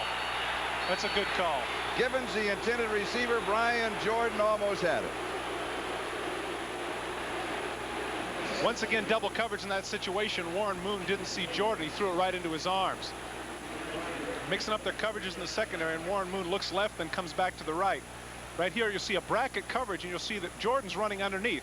There he has the interception, and it's actually a good play by Gibbons.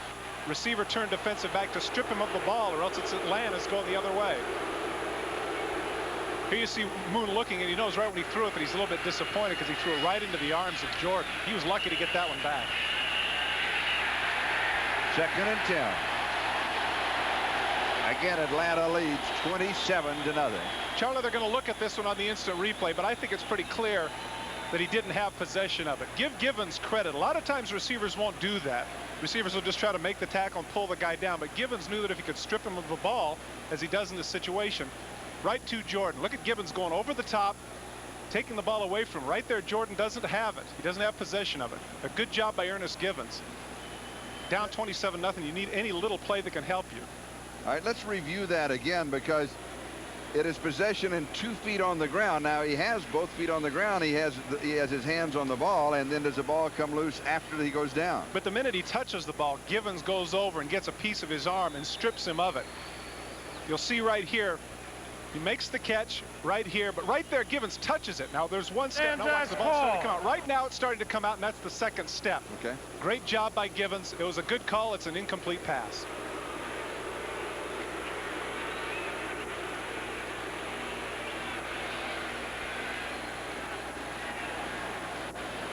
I know that Ernest Gibbons would much rather prefer to get the ball and not play DB, but in this situation, who knows? If Houston goes down and scores and gives them a little bit of momentum, this is one of those plays that we'll look back on as a very big play. 2nd and 10 at the 46.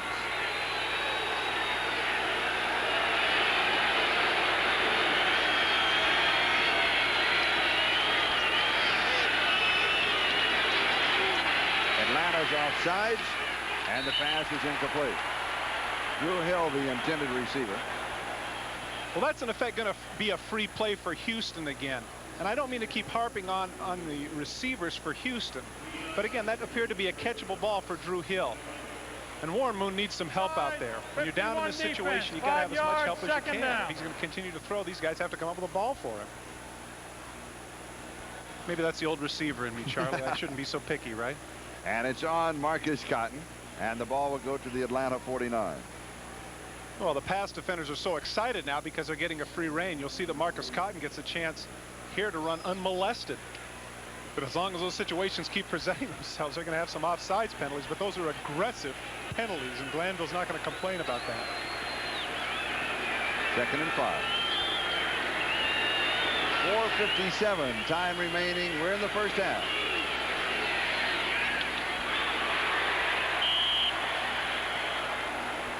Curtis Duncan pulls it down, and Bobby Butler is there. Nice job by Warren with a 3-step drop to set up and get Duncan the ball. First down, moving the sticks, give him a little confidence. Throw him a pass that's easy to catch on a little curl route. Now both Moon and his receivers establish themselves a little bit better. Hey, we're in control. I know we're way down. Long ways to go. Hang in there. First down at the Atlanta 42, a gain of 6 on the last play.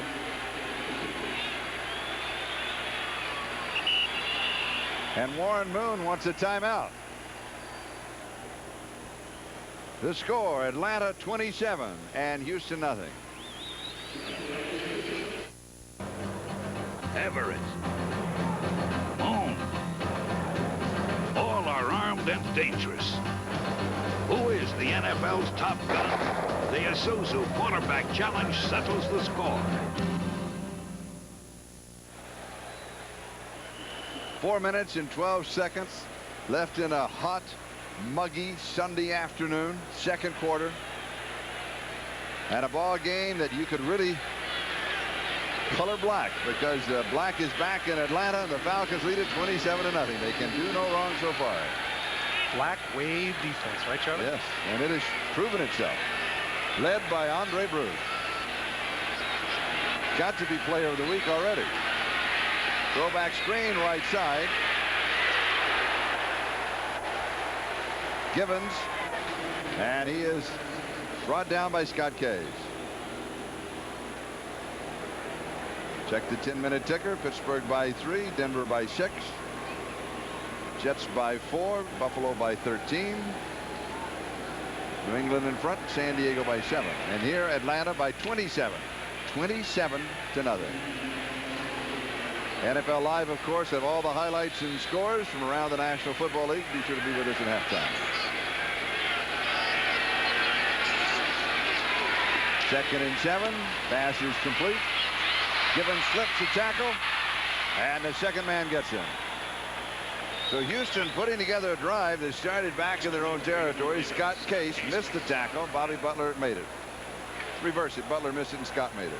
But for one of the few times both Marcus Cotton and Andre Bruce are blocked in this situation. Warren looks left and comes back right. He has plenty of time. Givens wide open here, makes a good move here, in and out, avoids Bobby Butler and gets a big gain. And this is the sort of thing exactly what Houston needed. They got to get it in the end zone here. At the Atlanta 19, and this pass is complete to Drew Hill, and he is out of bounds, and a flag is down. Roland Mitchell chased him out. It'll be against the Oilers. In that situation, the Falcons came with 7 people. You can see that Scott Case from the outside came in, and the defensive, or the offensive tackle on that side took a chance and took a grab and hoped that nobody caught him. And that was a big play for Houston, but it goes back now. Holding call against the Oilers. Sometimes you get away with it, sometimes you don't.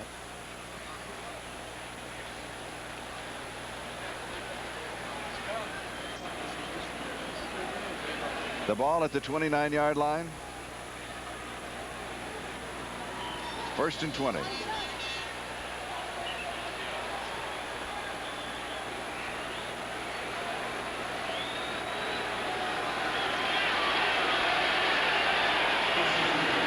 The Oilers last year, NFL season record, 149 penalties, and that was under Jerry Glanville, now the head coach of Atlanta. Moon scrambles right, and he's going to lose a couple of yards, and a flag is down. Tim Green, number 99, was there for the Falcons.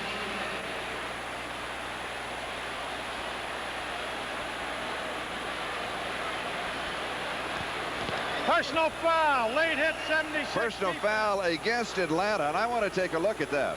And I tell you why, because Warren Moon was no longer a quarterback. He had made himself a running back. He had lost all of his protection. And this is great pursuit by Tim Green to run him down.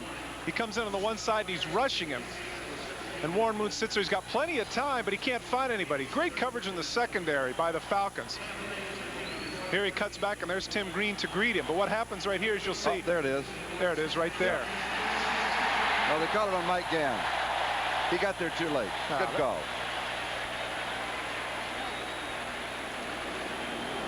I don't know. There was not a lot of malice in his heart. No, they really was. He felt like he had to call it. And he was trying to stay off him as he came across. And there's a stat that you don't see too often anymore. Never missed an NFL game for an injury. That's not something that happens around the league because injuries are prevalent.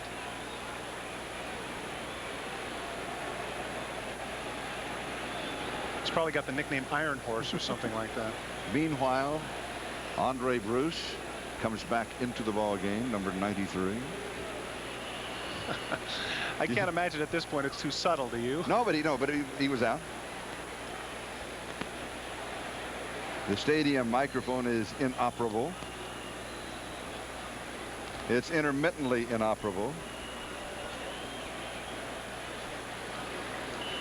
At any rate, a look at the penalties and a look at the ball, which is now on the 14-yard line. And it's an automatic first down. The penalties there for Atlanta have definitely cost them in this drive. If Houston's able to go in and score on this drive, you can attribute a lot of that to the penalties of the Falcons, particularly on the last couple of plays. Houston scores. Tony Jones, the rookie from the University of Texas, his first NFL touchdown. All 137 pounds of it. Yes. Here they're giving it to all the big guys trying to get him in, and here he is, 5'7", 137 pounds, cuts across right there, makes the catch. Bobby Butler was much too slow in getting up there. And quickness is tough, boy, right there. Jones in for the touchdown. Warren Moon once again getting a lot of time. Andre Bruce or no Andre Bruce. Right there he hesitates, cuts back. Bobby Butler can't make the play. Little Jones in for the score. Taken in the 6th round of the draft out of the University of Texas. And he's got 4.2 speed in the 40. Oh, I believe it. You know, and I feel bad I just said that because you know that throughout the season he's going to be referred to as Little Tony Jones. Extra point is good. And it's Atlanta 27, Houston 7. We're at the 2-minute mark. Down. Definitely what the doctor ordered. The Oilers had to get it in the end zone there. Would Atlanta go with a hurry-up offense? It wouldn't surprise me. Nothing in this game would surprise me. Well, I remember last year in a situation, the Giants, with the lead, decided to go with the hurry-up offense and gave up a turnover, and it changed the momentum of the game. With a 20-point lead, I wouldn't be surprised if they decided to be a little bit conservative, but then again, Glanville never does what anybody tells him to do. That's true. Here's the draw of Richard. 3 yards to the 31. It'll be 2nd down and 7. Ray Childress with the tackle. And don't forget to be with us at halftime. NFL Live, Bob Costas, Will McDonough, and O.J. Simpson. Not only will they discuss everything that has gone on around the league, but they'll also, Broussard is down. And they'll have a chance to discuss what has gone on here, because Houston had cardboard cutout for him. Ouch. Yeah. He is quotable. Moon's pass, it is intercepted. Roland Mitchell. And Mitchell scores. There's a flag, 2 flags down back at the 13 and 14-yard line. Mike Gann was pressuring Moon.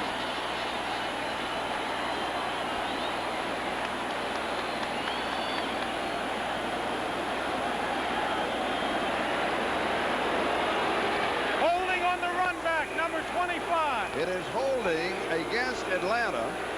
I'm assuming that is after the interception. Let's see if that is true. That's right. Bob McElwee said it was holding on the run back, so okay. That's right. They're going to get it somewhere on the field and get an opportunity. 10 yards. Did you hear him or did you read his lips? No, I read his lips. You read his lips? Good. My dad's a speech pathologist, that's why. I'm able to do that sort of thing. Warren Moon evades the rush right here, and he throws just behind. He's got him open, but he throws it behind. And that's a nice catch there by Roland Mitchell as he cuts upfield. We'll see. We'll get a chance here to see what the holding is about. Right there, you can see it. Right there. The left hand of Scott Case comes out and grabs Drew Hill. If he'd have just let it go, it would have been a touchdown. When they see that in the films, Roland's going to turn to Scott Case and get ticked off. Right here, you see he's doing a good job of blocking it. Just as he goes down, watch the left arm. He pulls on it right there, and as you see him fall down right there with his foot underneath Case's body, the official's got to call that. And the ball is at the Houston 24-yard line. Atlanta has it with 48 seconds left in the first half.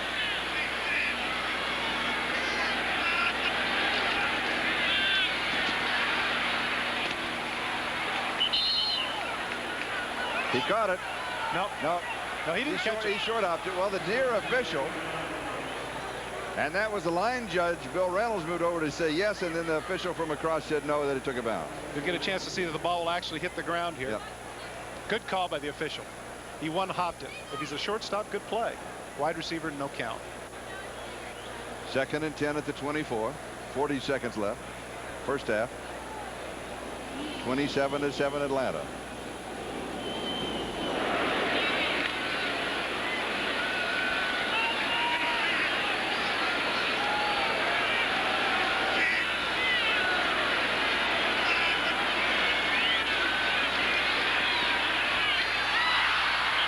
Intercepted by Houston.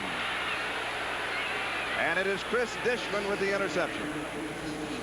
Rison, the intended receiver. This is probably the first bad pass that Chris Miller has thrown in the first half. Here we'll get a chance to see, you'll see Rison on the out here, and he just decides he's going to throw it to him right there, and instead he throws it behind. The timing is off. He needed to throw that ball a little bit sooner. Dishman makes a nice catch there, keeping his feet in bounds.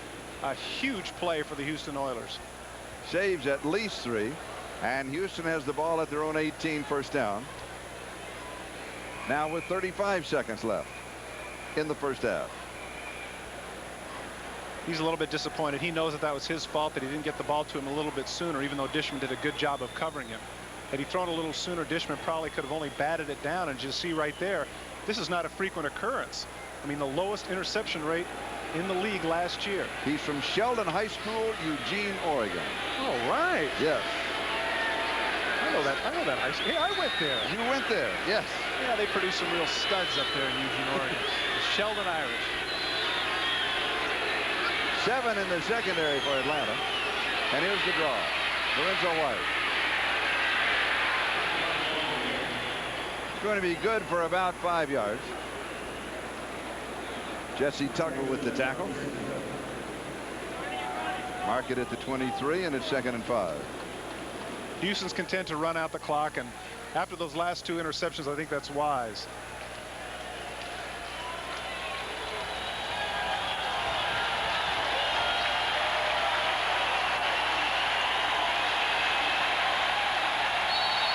It's halftime.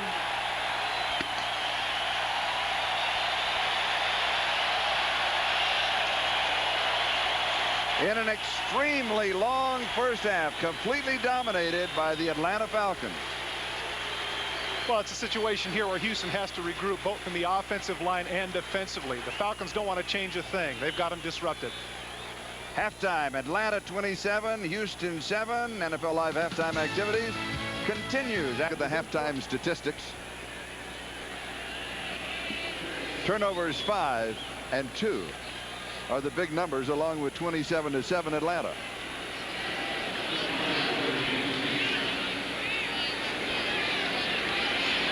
And here's Bernard Ford on the return for the Oilers.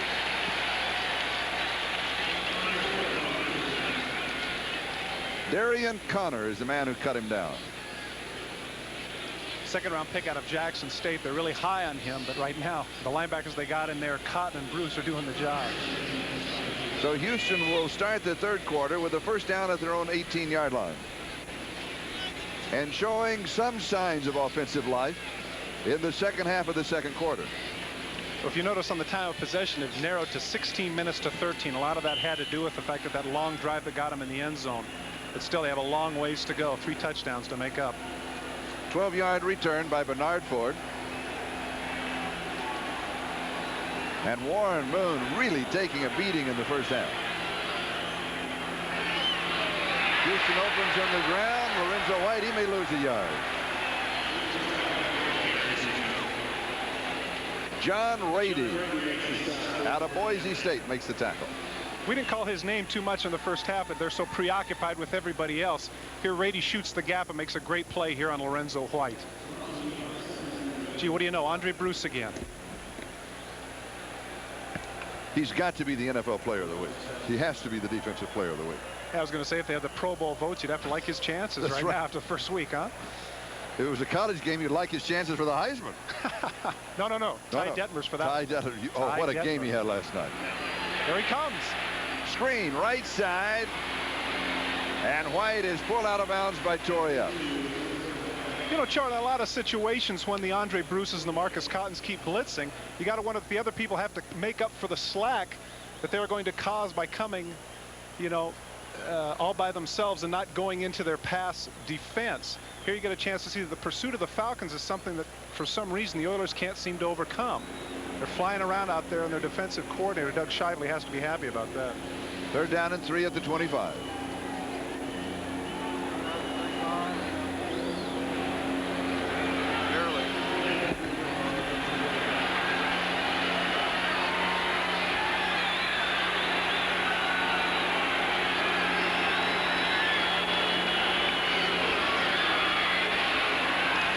Incomplete. There may be a flag.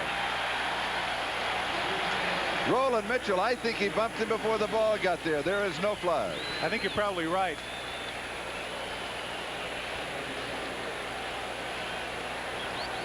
Warren Moon isn't the type to complain about this. He has pretty good protection. Puts it right in there, and you can see right there, contact a little bit early there. Surprised it wasn't called. It'll be 4th down and 3. Lorenzo White really isn't a match for Andre Bruce, as you see right there. He pushes him back into Warren Moon and causes him to throw off his back foot. Montgomery kicking to Deion Sanders.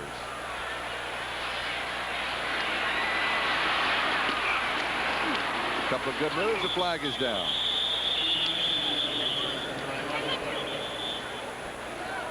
We asked Deion yesterday if he'd like to go to office. He says, oh, yes, I'm a man of big plays.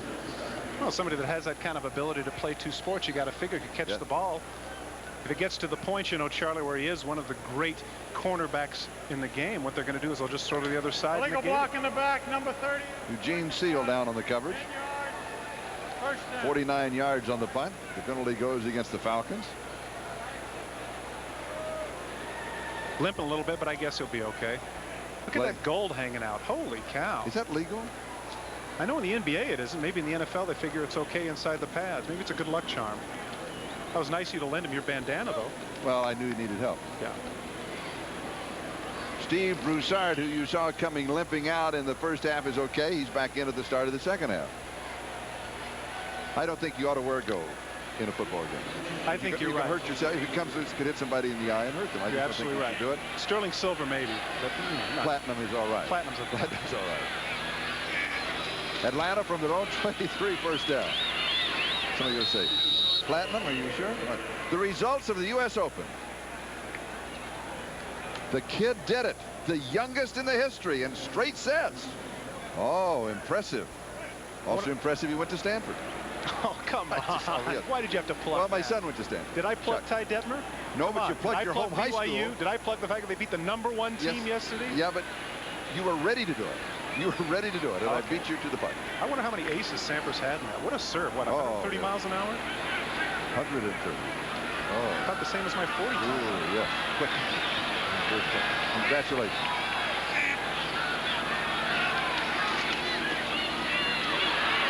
Play action fake. Touch pass is complete. Keith Jones. Chris Miller continues to look good. Richard Johnson with the tackle. Good counter move where the quarterback fakes and it looks like the linemen are all going in one direction and he comes back.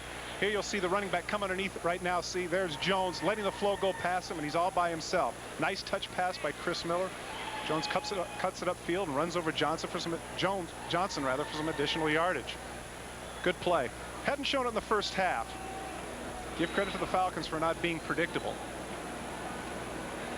Gain of 16 to the 38-yard line, first down.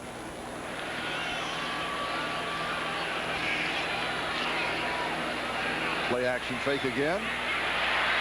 Right back to Keith Jones. Johnson again with a tackle. Well, under the strategy of don't stop doing it until they stop it, they do the exact same play over again, and it gets another first down. Heads up by Chris Miller, seeing the defense in the same situation, running the same play.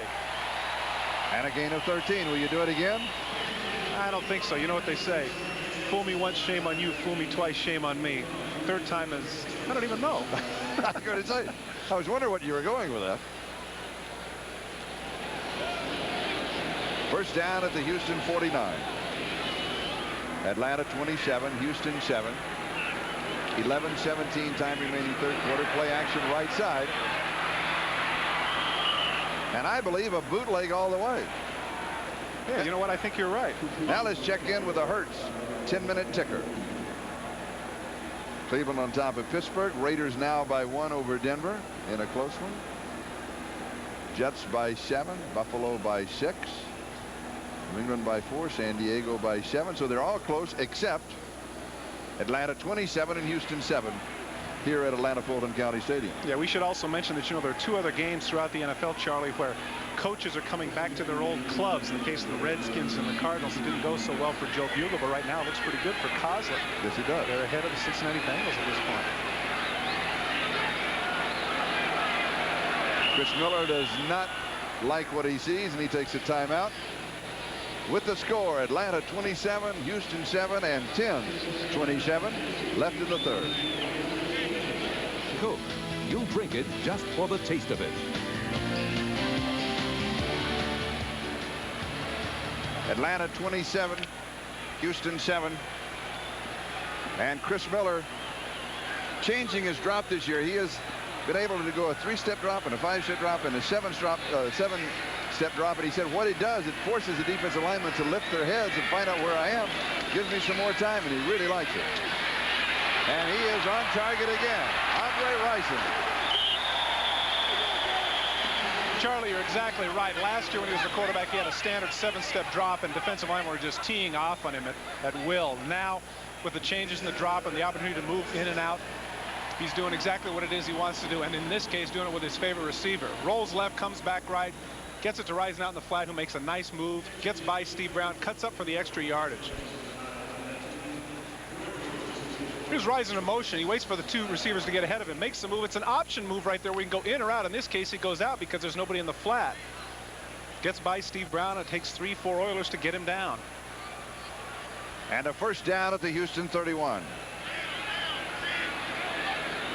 Atlanta leading 27-7 as they drive again. And we have whistles, and the play is called out.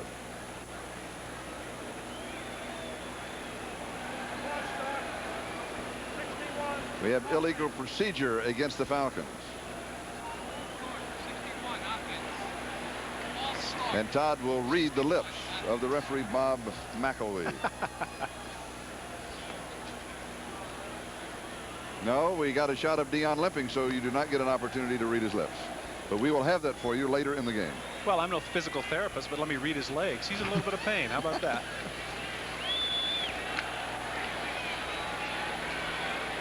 First down and 15 as the ball goes back to the 36-yard line.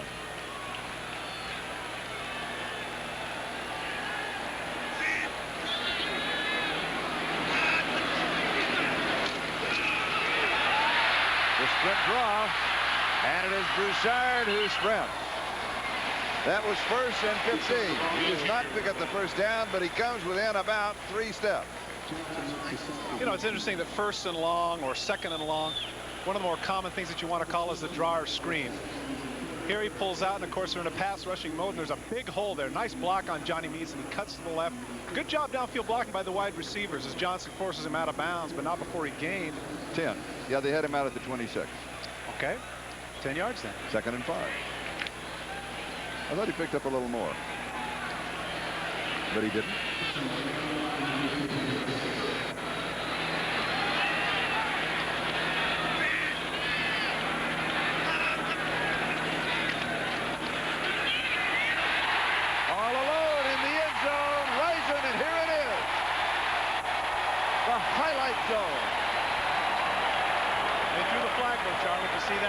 threw the flag. They knew that. I can't believe that 7,000 people voted that the highlight zone. I really can't believe that. Great move, though, in this situation. Bubba McDowell blitzes here. You'll see him come off the left, or you'll see Bubba McDowell trying to cover Rison. Look at that. He's going forward instead of Rison going the other direction. There's no way he's going to be able to cover him in that situation. All alone for the touchdown. Nice read by Chris Miller and Andre. Don Cornelius ain't going to be calling you, babe. Don't look for the gig on Soul Train. And the extra point is good.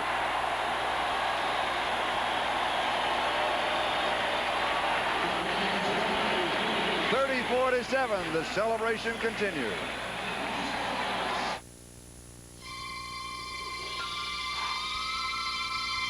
Help! Mother! I'm melting! It's hot! Melting! Save us! Nothing refreshes quite like the real cola taste of Diet Coke.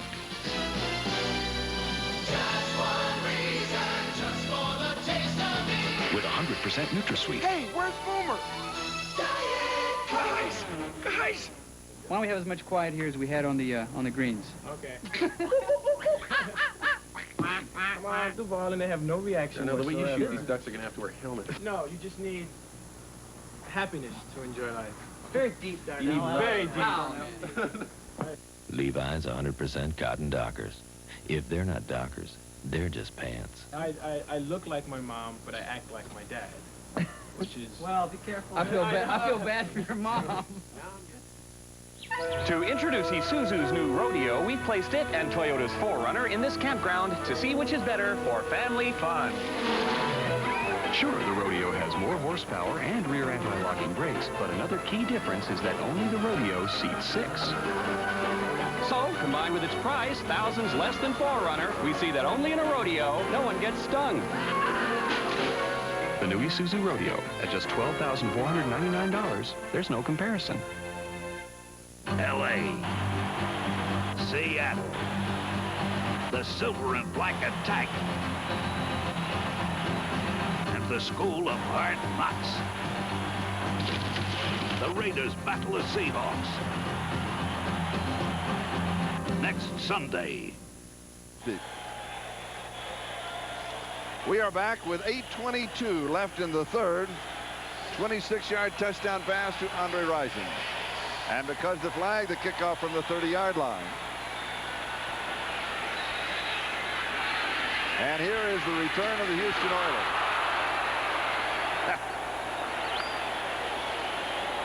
And Bernard Ford is the return man, and the flag is dropped back at the 33-yard line. Ken Tippins hates his body. I mean, he hates his body. Watch number 52 here go into the wedge. Look at this. Trying to show off his vertical. That's nuts.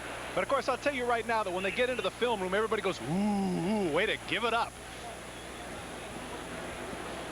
If they're offsides, that means they're going to have to kick it off from the 25. We should mention that the reason they had to kick from the 30 was the fact that the official decided that Andre Rison's celebration was not spontaneous in the end zone, but was indeed premeditated. As far as I could tell, how could he know?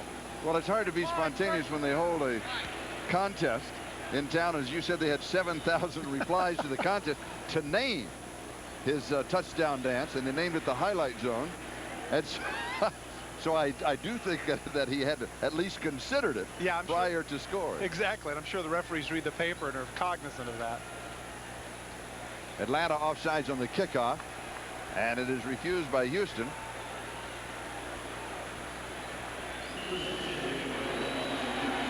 A touchdown drive of 78 yards in 7 plays. 6 in the secondary for the Falcons. Houston now trailing 34-7. More than 8 minutes to go in the third, and the lights are on. Knocked away. Good defensive play. Yesterday was photo day for the Atlanta Falcons, and after they took the official team photo, Jerry Glanville, as he did in Houston, he invited all of the families to come out, your kids, your wives, your girlfriends, and come join us for the family portrait. And this is the family portrait that was taken yesterday morning. It was great. Yeah, Lots of fun. And Bum Phillips was the one that really made that famous in Houston. Of course, Glanville, a lot like Bum Phillips, kind of a country guy with the boots, enjoying himself and enjoying the family as well. I mean, that's a great situation when you come out on Saturday and see who the people are behind the scenes with the players. 2nd and 10.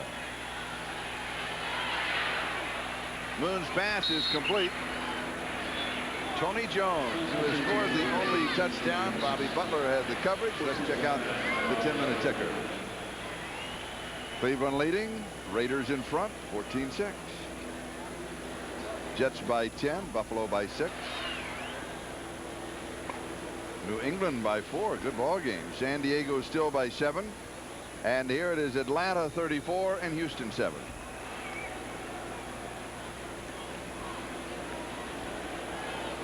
Change across the field for the measurement. It'll be 3rd down and that far. And every time they've gotten the ball into Tony Jones' hands, something good has happened. They got to look for him a little bit more. Tony scored the touchdown. And when we talked with Warren Moon yesterday, he said, you know, when you think of speed, you think of Cliff Branch, Willie Gault. So I tell you, Tony Jones has that kind of speed. Well, you know, and if he continues to be successful, you know, we talk a lot about the Nolan Ryans and Lyle Alzados making the over 40 crowd feel good. But Tony Jones and the Gerald McNeils are going to make the under 150-pound people feel pretty good, too.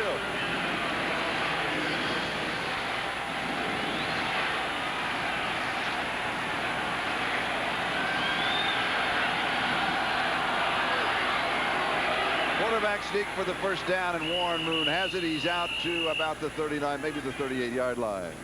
Now for an update, let's go to New York and Bob Costas.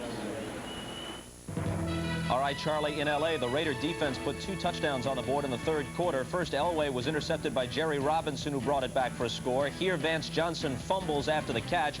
Terry McDaniel picks it up and burns 42 yards for the TD. They've gone to the 4th, 14-6. Raiders back to Charlie and Todd. Does that sound like deja vu or the 1st quarter here? Well, they've done a great job defensively. The Raiders have drafted really well, and I think that that side of the ball has vastly improved over 1989. In the 1st half, all Atlanta's defense. Jeffries pulls it in. And another 1st down to the 49-yard line of Atlanta. Report on Deion Sanders. He hyperextended his right knee. We do not know if he will return. Obviously not in there on defense right now. That would definitely be a problem because the cornerbacks have done an outstanding job today, including Sanders. And that makes one less body on the sidelines. If someone else goes down, they could be in real trouble. Here's the pressure, and the pass is complete, and the race is on. Out of bounds. Haywood Jeffries with the reception. They came with an all-out blitz in that situation, Charlie. You can see right from the middle, you see the both inside backers coming. They come from the outside. Warren Moon knows that he's got single coverage outside, and Jeffries just beats Mitchell to the outside. Mitchell almost doesn't get him out of bounds here as Jeffries tightropes for some extra yardage. It's one of the few times today that Houston has been able to beat the Atlanta blitz. And Houston stepping up their offensive pace now with 6:10 time remaining in the 3rd.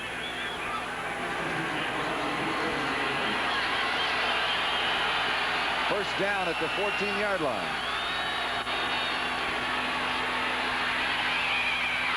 Almost intercepted. It was too quick for Tony Jones to pull in, and Brian Jordan behind him, I think, may have had the same problem. Well, that was my fault, Charlie. I'm the one that jinxed Tony Jones. I said throw him the ball, and right away it goes right through his hands, bounces off of Charles Dimry's shoulder pad, and Jordan almost gets it as well. So it'll be 2nd down at the Atlanta 14.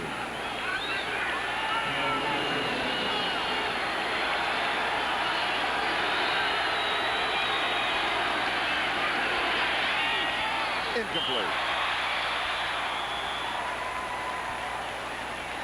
That face says a lot right there. You get a chance to see Warren Moon's face. He is really frustrated over the fact that his receivers can't seem to be able to come up with the ball. I know that this is a little bit low, but right there he's open. Warren puts it to the outside. It's a catchable ball. It is. It's a catchable and you're ball. right. You get a chance to see Warren's look on his face right now. He's tried hard not to be frustrated, but there it is. That says it all. Come on, you guys, help me out.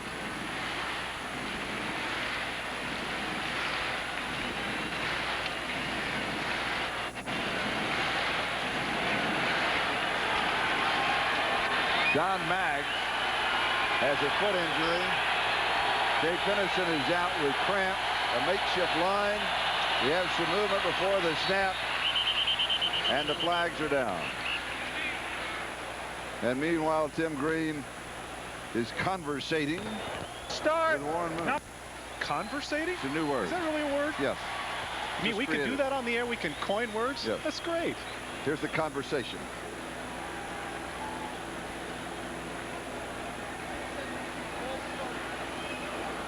Couple of S right there. He's saying, you know what?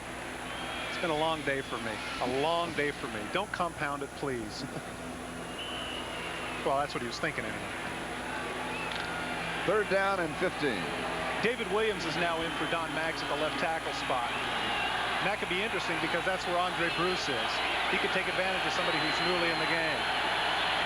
Matthews has moved to center, and Dawson is in at guard, and Moon is on the run. And it is caught and down. Terrific catch by Lorenzo White. Unfortunately, it wasn't for any yardage. Laid out and got it. Tim Green putting the pressure on Warren. So what else is new? Somebody has been with him all day long. Well, you know, Tim Green, when he was conversating with him earlier, said, I'm going to rush you, partner. That's what happened.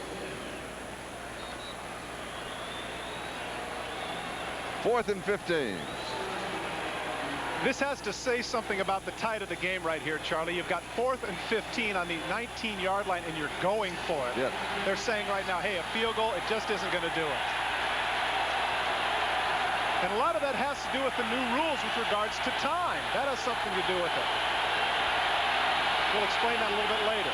The snap with 2 seconds on the time clock. Touchdown. Oh, great catch. Tony Jones again.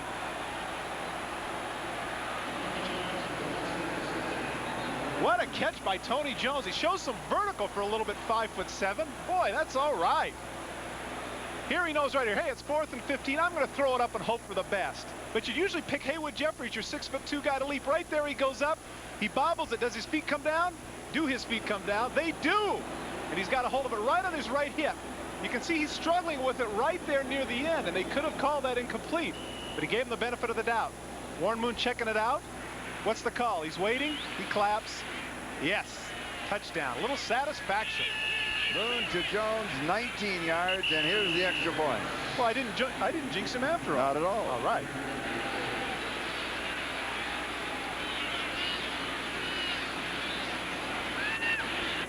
It is being reviewed even as we speak. The debate is going to be right here. You can see that he double clutches it, and watch as his feet come down as he's going out of bounds. Take a look at his right hip. Here you'll see he bobbles it. Now watch when he gets possession. The argument right here as to whether or not he has it fully on his hip. Now look right there. Is it stuck? Those are 2 feet. Does that count as possession? If it does, that's a touchdown. And he hangs on to it all the way through. So it is. And you know what my feeling is on that? He weighs 137 pounds. Let's give it to him. I mean it. No. That has nothing to do with it. Oh, it doesn't? But he continued with it. He continued with it. There's no reason for it not to be a touchdown. That was a terrific catch and a little satisfaction for Warren Moon, who's been struggling all day. He needed that badly. And it came with 5:12 to go in the 3rd. Here we get a chance to see. The issue right here is the feet. Feet in the hip. You know right there he doesn't have it. Does he have it right here? 1, 2. Does that count as possession? Oh, yes, has to. Up here in the booth, we seem to think so. Right there you can see the ball. He has it clutched to his hip. You got to give it to him in that situation. It doesn't matter where he catches it. It's if it's stuck on his body. It appears that it is. Give him his due. There's a 2-minute time limit this year on the review process. Jack Pardee's got to be thinking, hey, I've had enough problems today. Those 2 fumbles didn't go my way. We have a reversal. There was no possession when the man went out of bounds. No possession when the man went out of bounds. No. They say that there was no possession with his feet in bounds. I'm sorry, I disagree with that. You got to give him the benefit of the doubt. Here's the debate right here. What they're talking about is that's not a normal catch. Of course it isn't in the breadbasket, but if it's on his body, in his possession, right there on his hip, you got to give him that. It's in his arm. He didn't bobble it right there. It's stuck. And also, there was touching by the defensive player that could have forced him even further to the wide side, so he couldn't gather it in before he came down. Oh, I think it's a terrible call. That's unfortunate. But I don't think, in reality, and this has nothing to do with the final score, I don't think these officials have had a very good ball game. No, not at all. You're absolutely right. That's an understatement. We've got a timeout, and Atlanta has the lead. The Toyota versus the Isuzu standard pickup. If Earth were invaded by giant reptiles, which would be better prepared? Get out of here! Well, first of all, the Isuzu gets better mileage than Toyota. That's helpful. Plus, it has the biggest payload in its class, so it can carry more. All in all, when the giant lizards come, I'd rather be in an Isuzu. Because it even has more legroom. The Isuzu pickup at just $7,779, there's no comparison. We tested STP oil treatment under the worst possible conditions. In the taxi cabs in New York City. The result? Engine lift to wear was reduced by up to 50%. And now there's an STP for your newer car, too. There's a new attitude at Northwest Airlines, a new dedication to service. You can see it in our on-time performance, the best of the top 7 U.S. airlines. That's our commitment, to make sure you're on time for your commitments. Goodyear's putting their best foot forward with the Goodyear NFL kickoff sale. Starring Goodyear's newest all-season radio, the Invicta GL. Now, when you buy 3, you get the 4th tire free. And we're passing on more big savings on a great lineup of all-season light truck and performance tires. The Goodyear NFL kickoff sale. Miss this kickoff, and you'll miss the point. Goodyear tires are on sale now. The rules of etiquette in Bel Air. Never talk openly about wealth. Yo, this place is huge, man. Next time I go to my room, we'll take some breadcrumbs. Make polite conversation at parties. I used to fence at Bel Air. Really? How much you think we could get for that stereo? Fresh Prince of Bel Air, premiering on NBC Monday. The kids are in school, footballs are in the air, and the start of a new fall TV season is upon us. NBC's premiering some of their new shows this week. And the hottest show, the surefire hit of the season, the show that all the critics are talking about, premieres tomorrow night. The Fresh Prince of Bel Air, followed by the series preview of Ferris Bueller. That's tomorrow night only on NBC. And with the ball is Gene Line. Al Smith with the tackle, and we've got a flag and some pushing, but let's go back to a replay. You know, Charlie, the situation here is how you catch the ball. You know, we get used to seeing people catch it in their stomach or catch it over their head in their hands, and that's one of those things that becomes rote. Just because here in this situation he improvises and puts it on his hip. Is it in possession? Right here, you're going to see it's on his hip, and he has a hold of it. The one foot comes down, and the left foot right there comes down also. That's got to be a touchdown, even if his left hand instinctively goes over to cover the ball. You know, they have to adapt to the spontaneity of that, and quite frankly, I don't think they saw that. They're used to seeing it a certain way. Just because it's different doesn't mean it's not right.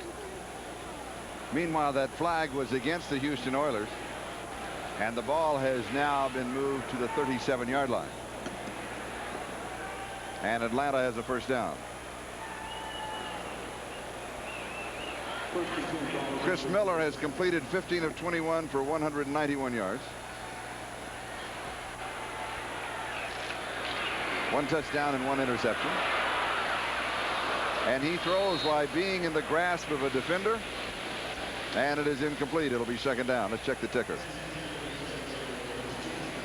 Cleveland in front. Raiders are in front. Jets by 1. Indianapolis trailing in that ballgame. Jeff George is out with a concussion. New England by 4. San Diego 14-10 fourth quarter. And here with 4.5 minutes to go in the third quarter, it's Atlanta 34 and Houston 7.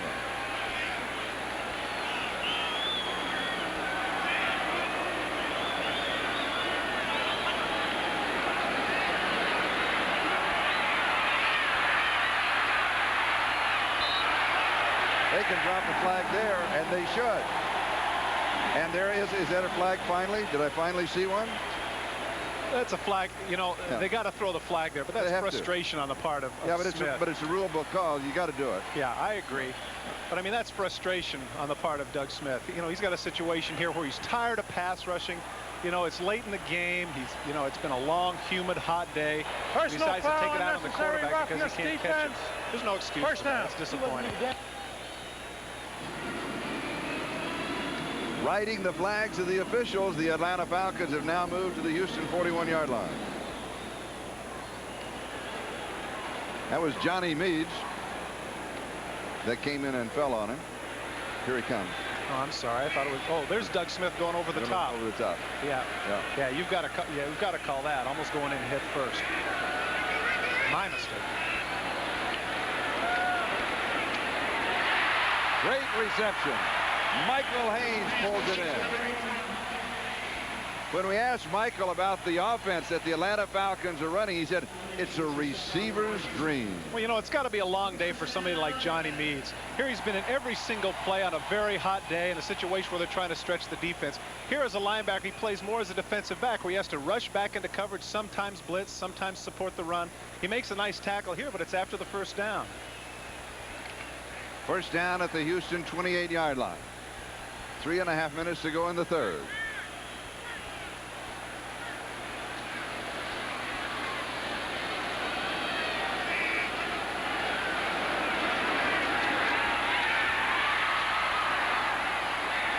Atlanta with another completion, this one to Sean Collins, and Richard Johnson with the tackle. Of course, there have been a lot of penalties to help this drive, but one of the questions about the run and shoot was whether or not if you were ahead in the game, if you could keep the ball and knock some time off the clock and have time of possession. Chris Miller continues to throw the short conservative passes where they go out. He's in the inside, moves to the outside, cuts back, gets open, 7, 8, 9-yard gains, and drives Houston Oilers crazy. And as a result, they're able still, without a semblance of a running game, to knock some time off the clock. Two-back offense, Steve Broussard and Keith Jones.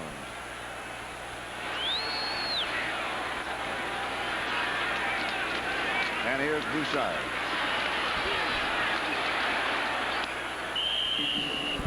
And he should pick up the first down. He needed a couple of yards. I think he got them both. Al Smith with the tackle.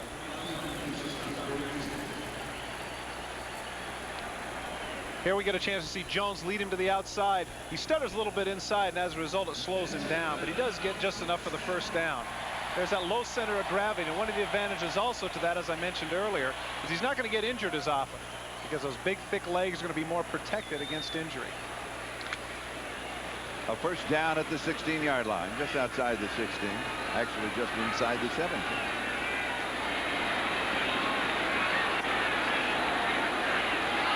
Broussard has rushed for 52 yards and a touchdown.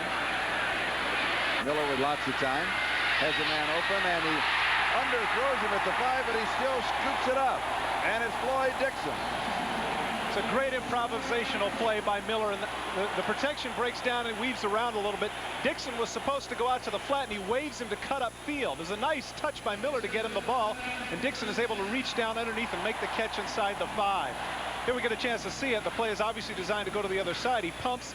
There he flips him upfield. Go away from the flat, and right there, Dixon's able to get his arms underneath the ball. Nice play. Close to being right there. Are his hands underneath it? They are. Certainly looks like the nose of the ball might have hit the grass, but the official didn't see it. First and goal for the Falcons. 4-yard line, Atlanta now with 2 tight ends. And now they're going to review that last reception to see if they want to change it. Well, as I say, the nose of the ball looked like it might have hit the ground. Hodge, did a good job of getting underneath it in that situation here, Dixon rather. Right here you can see the heels of his hands. Where's the nose of the ball? If his hands are underneath it, in most cases, you got to give him the catch. But again, you know, last time I was wrong. So who knows what they're going to decide. They could overrule this one if they want to. Of course, they could overrule any of them if they want to, come to think of it. I thought we had some power in this booth. What's the deal? Mysterious replay booth. Yes, it is. Yes. Waves him upfield. Touch pass right here. From that angle, you can't really see whether or not the ball is there, but you got to give them credit for the fact they're able to improvise. See, I think they ought to call it back. Why? Because I think that hits the ground right through there.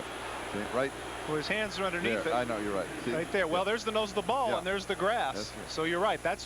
Evidently that's what they saw in the replay booth because they called it incomplete. I think they should, and I think they made a good call. So they're 1 for 1. Not bad. They'd be leading the American League in hitting. Boy, are you charitable. And again, we've had difficulties, intermittent problems with the official's microphone. So we're not able to pass all of the information along to you. But being the clever broadcasters, when they moved it back to the original line of scrimmage, we were able to figure it out. Aha. Nothing gets past us. That's right. We've got it. So it's 1st and 10 at the 16.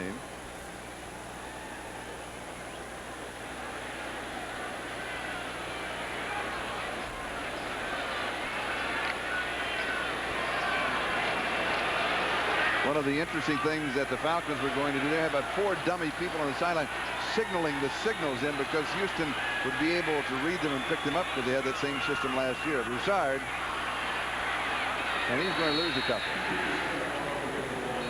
Well, I don't think that picking up the signals on the sideline has had anything to do with a ball game that has been completely dominated by the defense of Atlanta. Meads and Sean Jones on the last tackle. You know, we mentioned a little bit about the improvisational play that Chris Miller had earlier. One of the things that happened to him last year is he couldn't call audibles. He had no audible situation up at the line of scrimmage. So if he came up there and they had the play perfectly defensed, there was nothing he could do about it. Now this year, he has that option. And you can see as a result of plays like the one he had 2 plays ago and some of the throws that he's made earlier in the game, it's evident that he continues to grow in confidence. And those are the kind of plays that give you that kind of confidence over the course of the year. The kind where you make something out of nothing. Boy, Shelton High School's got to be proud of this guy. When they brought that play back, it was 2nd and 10. Now it is 3rd and 12. A flag is down, and the pass is incomplete. And a flag is downfield, downfield. And we have 4 seconds left in the 3rd. A lot of stuff going on out here. It looked to me like Richard Johnson was going for the ball, but they collided, and that's what the referee saw. It's got to be the hardest call on a football field, interference. But it's all going to come back anyway. Oh, he called it offensive pass interference? Illegal use of hands on offense and offensive pass interference was the signal. It's interesting. Illegal use of the hands to the face, 61 offense. That's declined. Offensive pass interference is declined. 4th down.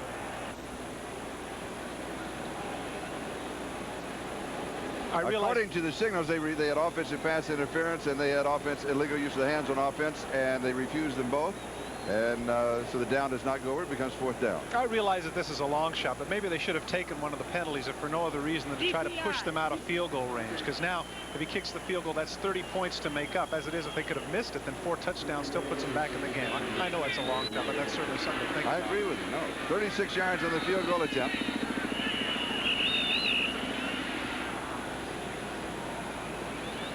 And before the snap of the ball, time has run out in the 3rd quarter. It's 34-7 Atlanta. And we'll be right back after these messages from your local station.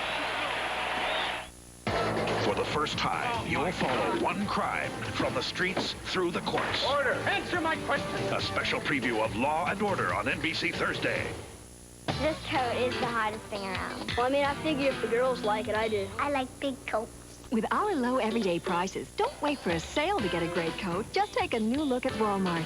We have the coolest styles at the hottest prices in town every day. Affordable is the key word. Of course. It's a great jacket. Take a look. Pink and purple are my favorite. I like this right here. Take a new look at Walmart. Cool. Snaps everywhere. It's great. Because we took a new look at you. It looks so good. Next Sunday, NBC is the place to be for great football action beginning at 12:30 Eastern Time with NFL Live. That will be followed, most of you, to see Buffalo against Miami. And the late game, the Raiders at Seattle in the Kingdome. Check your local listings for the game in your area. 36-yard field goal attempt by Greg Davis, who is hit from 39 and 38. And he's got it.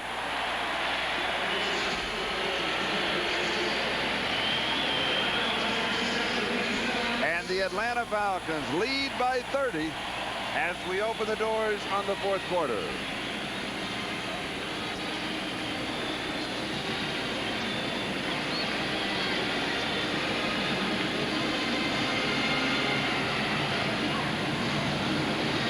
now for an update. Let's go to New York. Bob? All right, Charlie, at Foxborough, at one point, the Dolphins were down 21-6. Now, with just under 2 minutes remaining, they've got the lead. Marino scrambles right, throws on the run. How about this bullet? And a nice diving catch by Tony Page for the 7-yard touchdown. 27-24, Miami over the Pats. And that is something, Bob, that Houston needs to do here. They've got to get something cranking. You know, one of the things that we had talked about, Charlie, one of the new rules in trying to condense the time, you notice that the time ran out just before the field goal. What is happening now is that after the penalties, they are letting the clock run. Hence the reason with 4 seconds left in the quarter, they were able to run it out. One of the problems now in the fourth quarter that's going to hurt the Houston Oilers is the fact that if the receivers run out of bounds, the clock does not stop until the 5-minute mark. And so as a result, with 30 points behind, you know, they can hit those out routes and go out of bounds, but it's not going to matter because once they get the ball back in play, the clock starts again. And so what I think is going to happen in the future is a lot of those big comebacks, those down 35-7, down 28-3 kind of situations are not going to occur anymore because they're just not going to have enough time to come back. And the cube, Gerald McNeil downs it in the end zone, and Houston will start from their own 20. Let's look at the statistics through 3 quarters.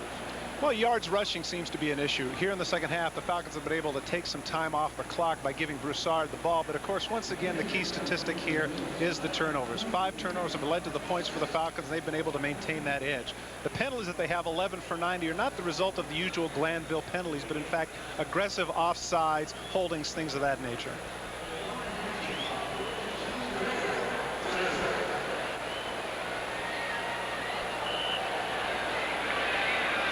Bruce Matthews is the center. Jay Pennison, bothered by cramps in the third quarter, had gone to the locker room. Munchak and Dawson are the offensive guards. And Warren Moon, the quarterback, in the shotgun. And he has all kinds of pressure. He gets the pass off. It is complete to Ernest Givens, and Givens can go 80 yards. The Oilers picked up the blitz. Well, that was reminiscent earlier of what they did with Haywood Jeffries. You see Rady come out the middle just untouched, but all of a sudden there's nobody in center field. And there he runs a simple post pattern. You can see it right here. Warren Moon right here steps back. He sees the blitz coming, throws it right down the middle, and there's nobody there. Here we get a chance to see it. Stumbled by Dimry right there. He thought he was making an in move, and there's nobody there. He's got him beat by 7 yards. Right now is a foot race, and Ernest Givens, who has been in numerous fastest NFL man competitions, is not going to be caught. 80-yard touchdown for the Oilers.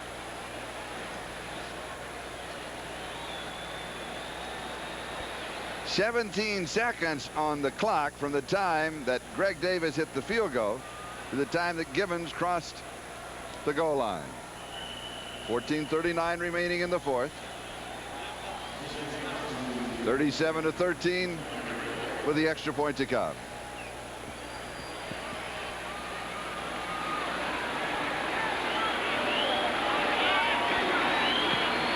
And Zendejas converts. Atlanta 37, Houston 14. Back in a moment. You're the top. You're the Coliseum, you're the top. You're the Louvre Museum, you're the best in beer. That fact is clear each drop. You're #1, second to none. You're the top. Heineken, America's #1 imported beer. Amstel Light, America's #1 imported light beer. You're a cut among the taste we love each drop. You're the best of both worlds, you're the top. If you buy this new Oldsmobile and have a burning desire to haul 5,000 pounds through the desert in the middle of summer, go ahead. That's how we tested it. This is the new generation of Olds. A little brains, a little luck, and a lot of late nights. A good family, a good spot, and some good advice. That's the way it's supposed to be. USF&G, you're standing behind me. That's the way it's supposed to be. And USF&G, you're standing behind me.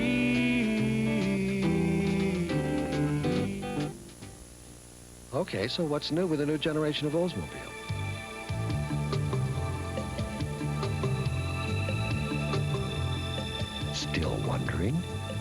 This is a new generation of Olds.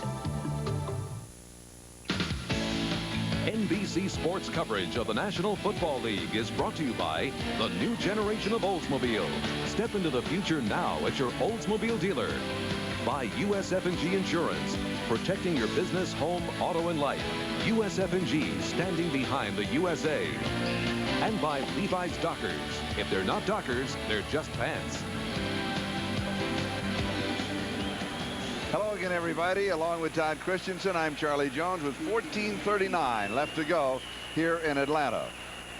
And Atlanta's looking for the onside kick. You can see right there they have 9 people up there within that 5-yard radius, but it looks like they're going to kick it deep anyway. And they do.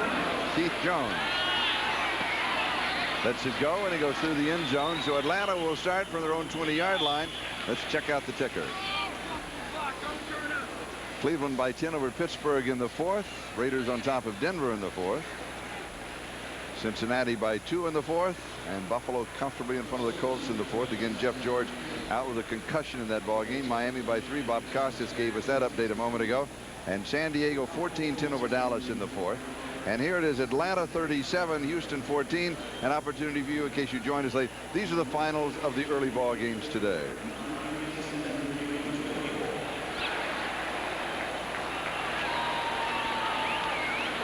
Keith Jones and Gene Lang are the 2 running backs.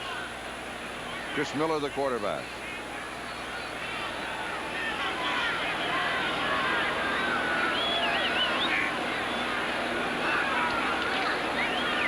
And here is Lang. And he's going to get back to the line of scrimmage, and that's going to be all. Bubba McDowell with the tackle. It'll be 2nd down and 10. This telecast presented by authority of the National Football League, intended for the private use of our audience. Any rebroadcast or other use of this telecast without the express written consent of the Atlanta Falcons and the National Football League is prohibited. This game is the property of the National Football League, Houston Oilers, and Atlanta Falcons. All rights reserved.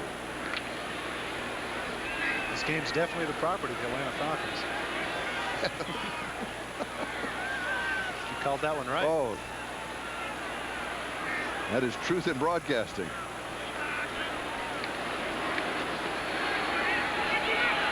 Pass is complete, far side to Michael Haynes. A sellout crowd today. More than 56,000 on hand. Patrick Allen was there amongst them. He was there for the Oiler defense on that last play. Mark it at the 25, and it will be 3rd down and 5. You know, you're mentioning the attendance, Charlie. My understanding is that the first 3 home games here are sold out, and I think that's the first time they've done that here in a long time. And the possibility that the first 5 may be sold out, and it would not surprise me at all with this sellout and this showing by Atlanta, with the game being carried locally here, that they couldn't sell out most of the rest of the season off of what the Falcons have done here. They're a good ball club. It will be 4th and 5, and the Oilers will have another opportunity and could have pretty good field position. They look a little lethargic there. You know, they have the 23-point lead. They know it's the 4th quarter. And I think that one of the things that Glanville is looking for is to operate in other venues. They know that they've been successful with what they've been doing earlier in the game, and now they want to try some different things. You notice they have the 2-back set. They want to see if they can run a little bit. They brought some new people in like Gene Lang. You know, one game, you know, this is only 1/16 of the season. They got to see what some other people can do over the course of the year. And this is a good opportunity to let them see. And the cube, Gerald McNeil, is set for the return. And Fulhake gets it off. He takes it on the bounce and takes it out of bounds. That'll stop the clock. We've got a timeout. Atlanta leads it 37-14. One feature of the Oldsmobile Edge is if your vehicle is disabled, we'll reimburse you so you can rent a car, pay for a hotel, and feed your family up to $500. So pack an Olds on your next trip. This is the new generation of Olds. One new Duracell battery. One old Duracell battery after 9 loud weeks in a boombox. Close your eyes. No peeking. Okay, open them. Now, which is which? This is why we saved the new Duracell package. It holds the copper top tester, which tells you if a battery is good or needs to be replaced. The new one, the old one. It's that simple. The new copper top tester. It's free and only from Duracell. If you buy this new Oldsmobile and have a burning desire to haul 5,000 pounds through the desert in the middle of summer, go ahead. That's how we tested it. This is the new generation of Olds. Goodyear's putting their best foot forward with the Goodyear NFL Kickoff Sale.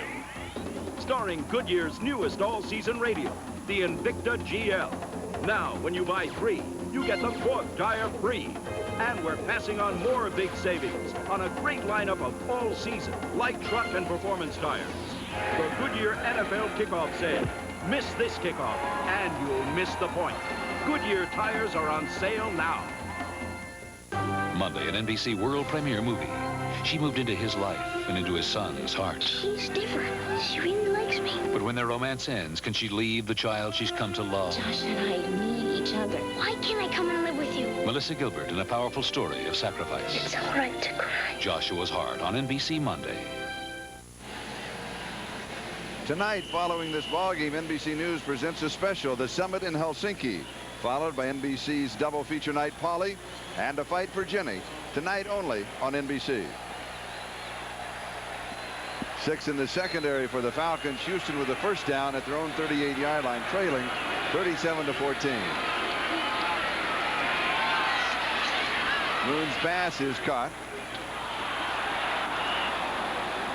Looks like they might have got a face mask there close to the sidelines. Charles Duncan pulled it in, and Charles Dimry was there for Atlanta. And it is a face mask. True defense, first down. What did he say, 5 yards and automatic first down? Yeah, it wasn't intentional. It was one of those things. He went for the tackle and his hand ran across his face. Man that's been in the news right there, not the one screaming, but he's been in the news also, and he will be. Because his ball club, his portion of the team has really performed. There's no doubt about it. Doug Shively's done a great job in orchestrating something to stop the run and shoot, because one of the big debates we had at the top of the show, in fact, you know, at NFL Live, they were talking about what this was the offense of the 90s and what are we going to do to stop it. Take a page out of Doug Shively's book. Whatever it is he's done in mixing up the coverages, blitzing from different angles, he's definitely done a good job of stopping the Oilers offense today. 49-yard line of Atlanta, first down, 12:52 time remaining.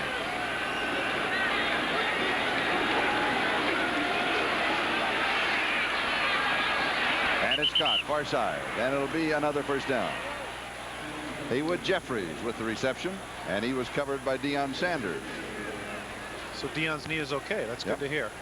He had a flag down. My guess is defensive holding in the secondary. You called it?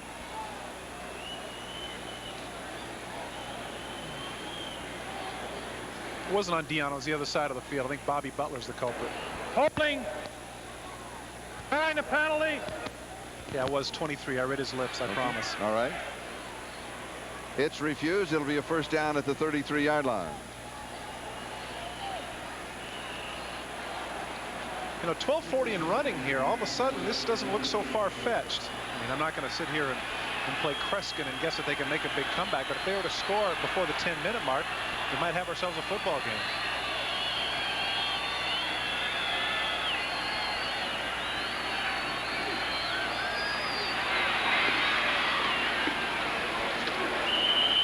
Mike Rozier. Is that the first time for him today? First time for him. Tuggle and Cotton make the tackle. This is Charlie Jones, Todd Christensen. We're at Atlanta Fulton County Stadium, opening the NFL season with now 12 minutes to go in the ball game. It's Atlanta 37 and Houston 14. And let's update the other games.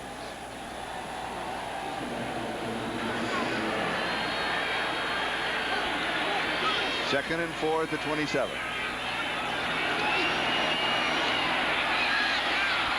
Incomplete. It was nice coverage by Deion on that situation. Warren Moon, in effect, threw him a jump ball, but Deion was right there with Jeffrey stride for stride.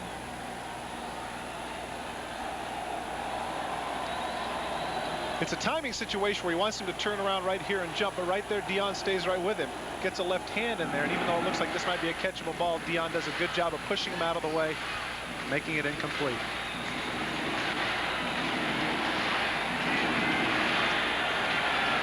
He's all alone out there, it looks like.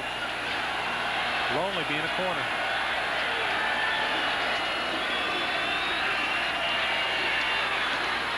First down at the 20-yard line. As Moon pulled it back, threw back underneath the coverage to Jeffries, and Sanders makes the tackle. Deion Sanders did a great job, Joe. I mean, he was up. Now look at that. He's still limping. That knee still bothers him a little bit. Look at right here. Makes a good job. Gets away with a little chuck under the chin, but then Jeffries gets away with pushing off right here. He's right there with him, but he slides down, makes the catch. Good play by both players in that situation. It was just that offense wins out in this case. First down at the 20-yard line.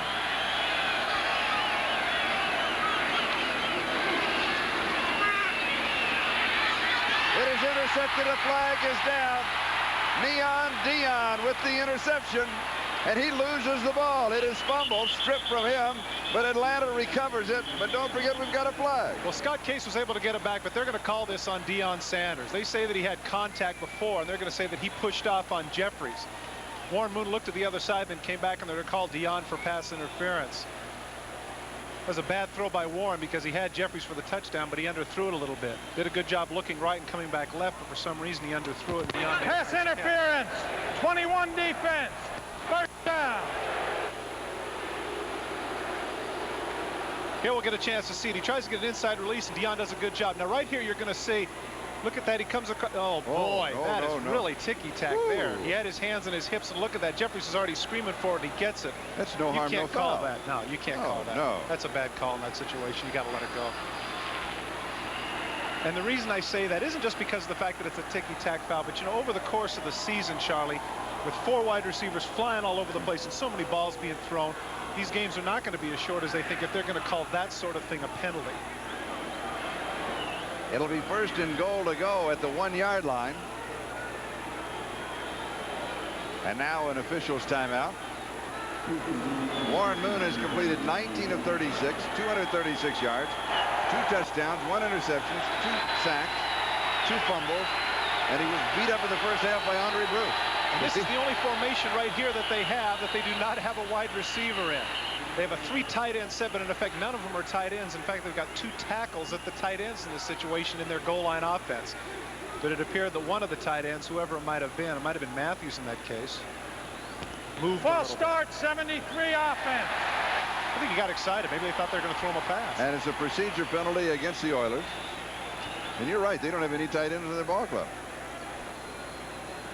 And so also in this situation, that when the tackles moves outside, now yes, he lifted that right foot.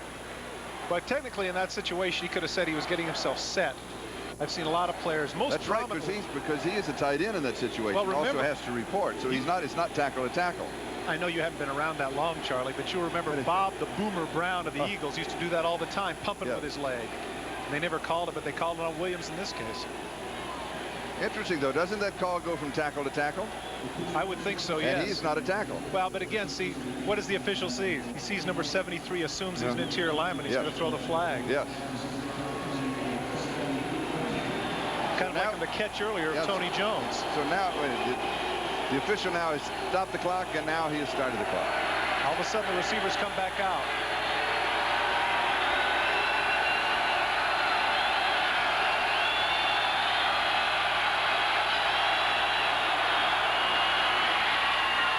Another flag is down. Givens says that he caught it. The official running in said the same thing. But the official with the closest look was throwing a flag.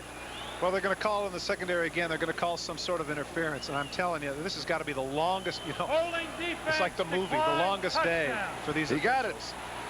It is holding refused, and it's a touchdown. Bobby Butler gets caught in this situation. We see Warren Moon right here, cut to the right. This is a nice catch right here. Great catch with the hands. Ernest Givens, way to go down and go get it. That's the advantage of being a Smurf. You're closer to the ground. Nice catch by Givens. Actually, good defense there by Butler as well. So the Oilers were able to piece together that touchdown drive. They add the point after. And it's 37-21 with still 10 minutes and 40 seconds left to go. Back with the kickoff.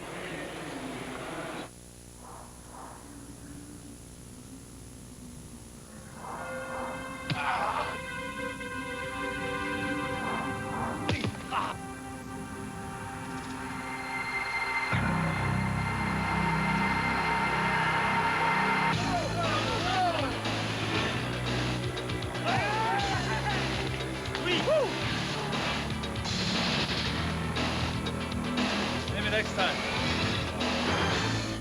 Okay, so what's new with the new generation of Oldsmobile?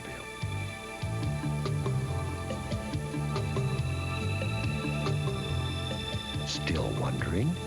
This is a new generation of Olds. How much insulation do you have in your attic? 3 inches? 6 inches? Well, the Department of Energy recommends R38 for most American homes, which is equivalent to a foot of Owens Corning pink fiberglass. So grab a ruler and measure your attic insulation. Then get rolling, because 12 inches of pink fiberglass can help you get a foothold on your energy bills. One feature of the Oldsmobile Edge is, if your vehicle is disabled, we'll reimburse you so you can rent a car, pay for a hotel, and feed your family up to $500. So pack an Olds on your next trip. This is the new generation of Olds. L.A. Seattle. The Silver and Black Attack. And the School of Hard Knocks. The Raiders battle the Seahawks. Next Sunday. Tonight, following the ball game, NBC News presents a special with Tom Brokaw, The Summit in Helsinki, followed by NBC's double feature night, Polly and a Fight for Jenny. That's tonight here on NBC. Givens, Givens 5 receptions, 124 yards, and 2 touchdowns in the ball game. Well, that was teamwork. Teamwork. We got to look at that. It's me. Whose is it? And all of a sudden, at the last minute, is Floyd Dixon there with him? I think it is. Let's see. Discretion's a better part of valor in this situation. Look at that. They get it together and they say, okay, now who's going to run? Who's got it? I think what we're going to have to do here is, let's get down. Self-preservation, #1 rule. Atlanta at their own 23-yard line, first down. You know, Charlie, we had mentioned the fact that if they score before the 10-minute mark, I mean, there's 10 minutes and 33 seconds left. If they don't knock off a couple of first downs here, if they go 3 downs and punt like they did last series, they could be in trouble. Keith Jones, first down. And naturally, I have to say that, don't I? They get a first down right off the bat. Simple straight block, and you see him following behind Mike Ken here. He cuts back. Good block there by Ken that springs him into the secondary. 12-yard gain, nice run by Jones. The ball at the Atlanta 35-yard line.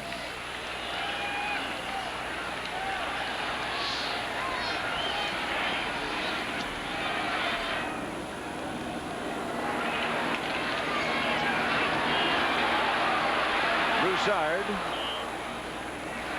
And he's got about 3.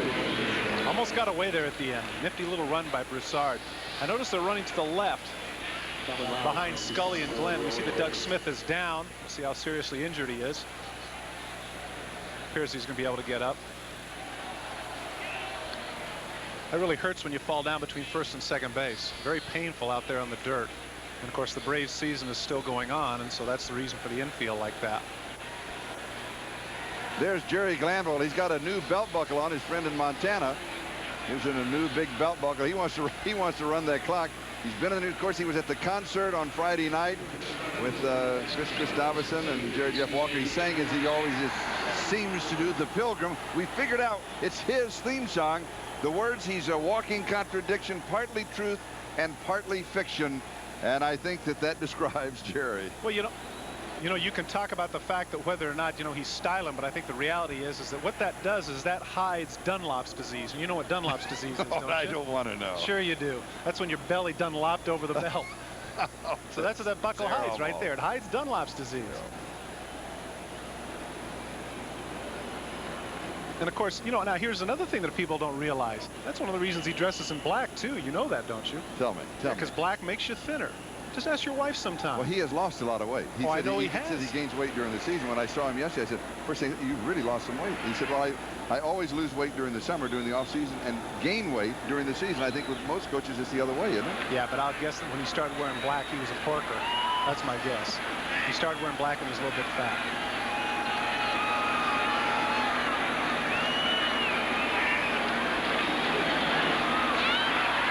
2nd and 7. Keith Jones gets the call. Let's check the entire scoreboard. Final, Chicago over Seattle. Final, Green Bay defeats the Rams. Final, Kansas City over Minnesota. Final, Tampa Bay beats Detroit. Final, Washington shuts out Phoenix. Final, Cleveland over Pittsburgh. Final, Raiders over Denver at home. Final, Cincinnati over the Jets. Final, Buffalo over Indianapolis. Final, Miami over New England. Final, Dallas comes from behind to defeat San Diego. It matches their victory total of all of last year. And it's all over but us, folks, and we still got 8.5 minutes to go, so don't go away. Rising, the motion man. And Atlanta's going to stay on the ground. They do want to run some time off the clock. Interesting call there at 3rd and 4, though. You wouldn't expect that out of the red gun. It's going to be awfully close. It depends on where they put the ball down. You may have seen a little pushing and shoving by number 69 for the Atlanta Falcons. His last name is Hoover. His first name is Houston. His head coach, however, calls him Texas. He doesn't like to say the word Houston. In fact, Jerry Glanville will not say the word Houston. It's that other team where I worked before. Well, plus the fact that he says that the other thing that he says there about it, and there he gets into it a little bit with Sean Jones, is the fact that Hoover, the reason he calls him Texas is not just because of that, because he says Hoover's as big as all of Texas. It's 4th down. I think he's only about as big as the Panhandle myself.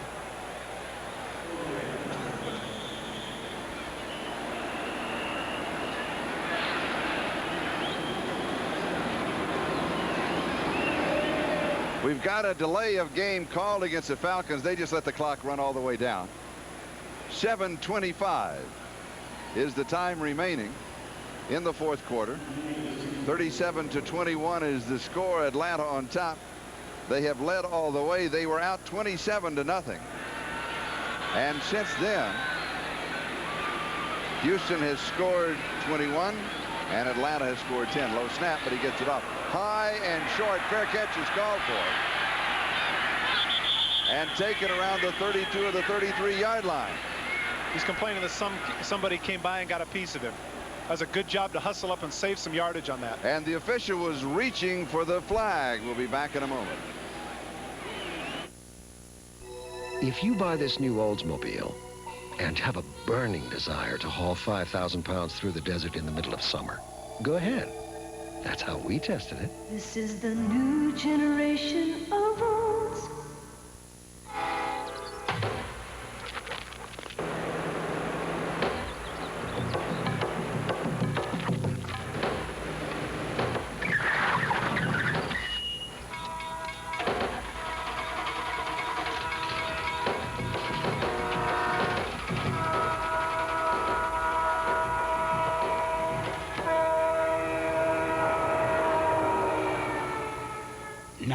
Because there are no unimportant parts.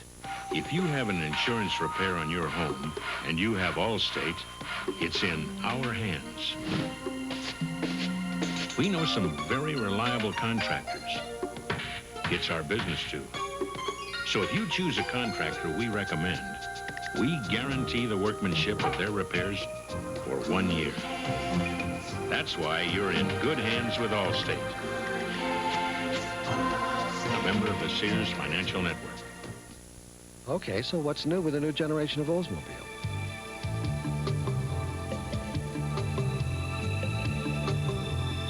Still wondering? This is a new generation of Olds. And the score with just over 7 minutes to go is Atlanta 37 and Houston 21. And what do you have here? Well, you know, people out there are going to say that this is Ed Grimley or Martin Short when he gets a little bit older. But in fact, it is a facsimile of Charlie Jones. When Charlie Jones has done games where Jerry Glanville has coached, the record has been 1-6. And so as a result, we got this voodoo doll that he gave to us to get over this hex. And right now, it looks like it's working. Right, he put one right through the heart of the Peacock and Charlie. Well, of course, you told me that's your least vulnerable spot. It is. It is. I'm glad he didn't hit the pocketbook.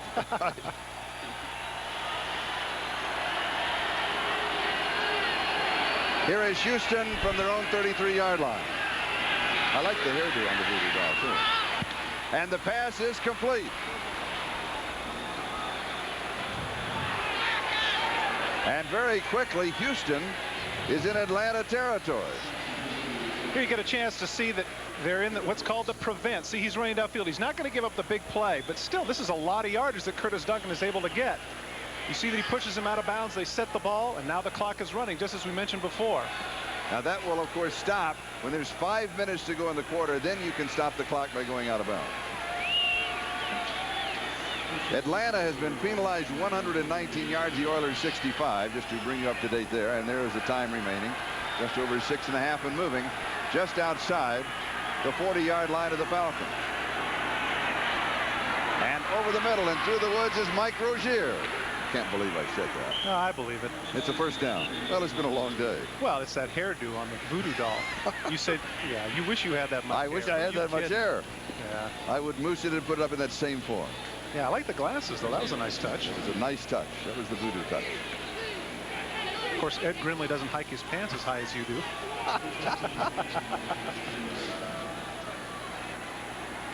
All right, the ball now at the 30-yard line and first down. And Warren Moon with an opportunity here to get the Oilers right back in the thick of things. Moon 22 of 39. He's thrown for 311 yards. And you can add about 3 more. They'll give him the reception, which is going to be the 27-yard line. And the clock continues to move. That's Jeffries on the receiving end and Dimry who stopped him. Now Jeffries, one of the 4 key wide receivers, is 6'2" by far the tallest. And when we watched their workout yesterday and all the wide receivers were in a circle, he looked like he was out of place. Yeah, it kind of looked like Gulliver and the Lilliputians, actually. I mean, being over 6 foot makes you taller than everybody else who is 5'9" or under. Gain of 3, 2nd and 7.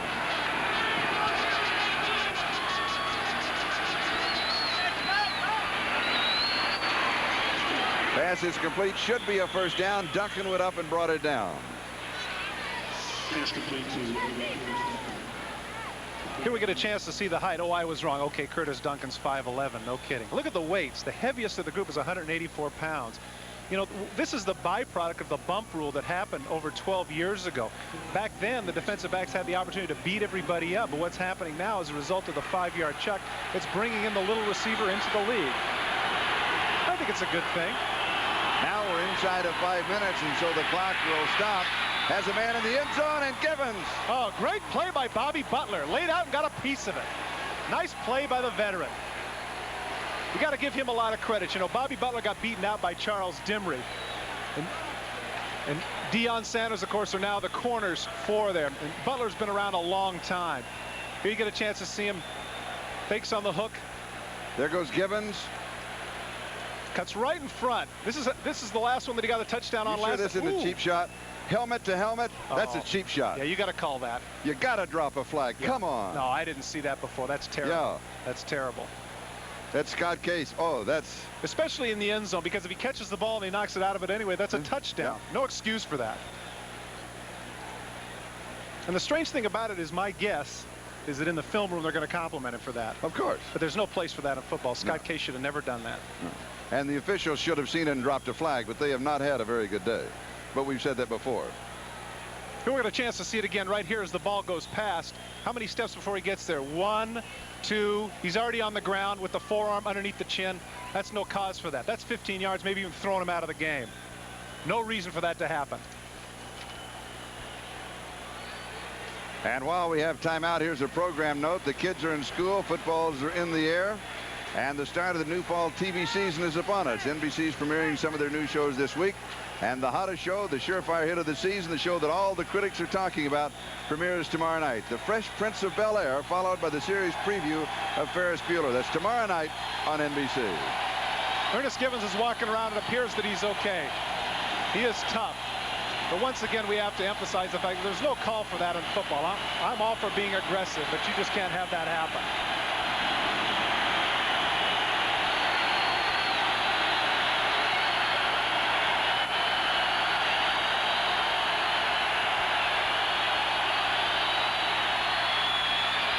Pass is complete and out of bounds at the 3-yard line. I suppose you could say it would be poetic justice that Scott Case would be the one that would get burned in this situation after the hit that he just put on Givens, the cheap shot. Here you get a chance to see they're coming with an all-out blitz, and that means singles in the secondary, and that means Case has to come from his free safety situation and cover Drew Hill man for man. He's not able to get there quick enough, and Drew is almost able to get out of his reach and score the touchdown.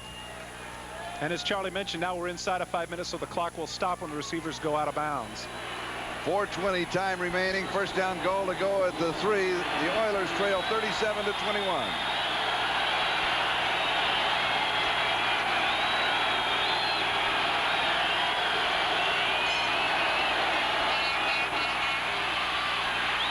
There's nothing there. Rozier, Troy Epps leads the Black Wave. I'm surprised that they ran in that situation. Houston needs to hustle back to the huddle right here or else get up to the line of scrimmage, because they can't afford the luxury of standing around and letting the clock tick off. Now the clock has stopped at 4:02. But I'm also surprised that they ran the ball, because if it fails as it did in this situation, it's going to cost them another 25 to 30 seconds. They've got to throw even though they're on the 3-yard line.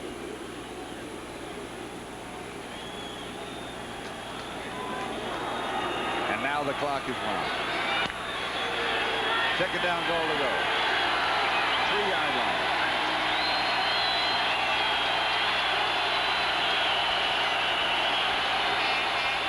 Moon has thrown for 3 touchdowns. Pressure from the backside. Does he have it? And now 4 as Houston scores. It is Bernard Ford. That's a nice catch by Bernard Ford. Earlier in the game, we were a little bit critical of the receivers not being able to come up with the ball, but in this situation, you can see Ford extends himself and makes a really nice catch while he's being covered fairly effectively. 3:43 is the time remaining. And it's a 37-27 ball game with the extra point still to come. This is a big extra point, because if they're able to get this through, that means they're 2 scores away from actually going ahead. And stranger things have happened in 3 minutes and 43 seconds. We had some movement along the offensive line and then some jumping by the defensive line, and I'm sure there's a lot of conversating also going on. A lot of conversating. And of course, a lot of this is the byproduct of fatigue. As we've mentioned ad nauseum, this game is lasting an awful long time. And it gets that much harder just to get down in your stance and go through the motions. And of course, naturally, if you get hit or somebody goofs up, tempers get short. And once again, male machismo rears its ugly head. And it is still a very warm and humid evening here in Atlanta. And it's about 7:24 here in the east. Oh, boy. No good. That is a big miss. Tony Zendejas misses the extra point. Let's look at that again. Well, the snap is fine, and so is the hold. It's just a matter of the 5 yards. Takes away that angle that if he has a bad swing, it's not going to go through. In that situation, of course, if it's right on the 2-yard line, that's probably good. It weaves its way inside the post, but in this case it isn't, and it remains to be seen whether or not it's going to be that costly. Good point. The penalty in reality cost the point. Time remaining 3:43. The margin has been cut to 10. Get a chance to see Ford here. Right there you see that Drew runs into Charles Dimry, and he stumbles a little bit and isn't able to get out. It's a good play right there. Of course, technically you'd have to call that a pick, but of course the official doesn't know what the intent is. Look at Andre Bruce. Great poise right there by Moon to make the throw. Now watch this. What's the competitor? He rolls over in his back, checks. Yeah, touchdown. Warren Moon has shown a lot today in terms of toughness. Here he rolls back, and you'll see that Andre Bruce all by himself. But fortunately, Ford is able to free himself soon. That's actually a one-handed catch. That was a nice play there by Ford. Charles Dimry stumbled a little bit and wasn't able to get out there. Houston has utilized all their wide receivers today, and a lot of that has to do with the fact that with all the running, there's going to be the fatigue factor, and I think that's something else that you'd have to consider with the run and shoot, is that these people around the 4th quarter are going to get tired, because whether they throw the ball or not, they're running these decoy routes.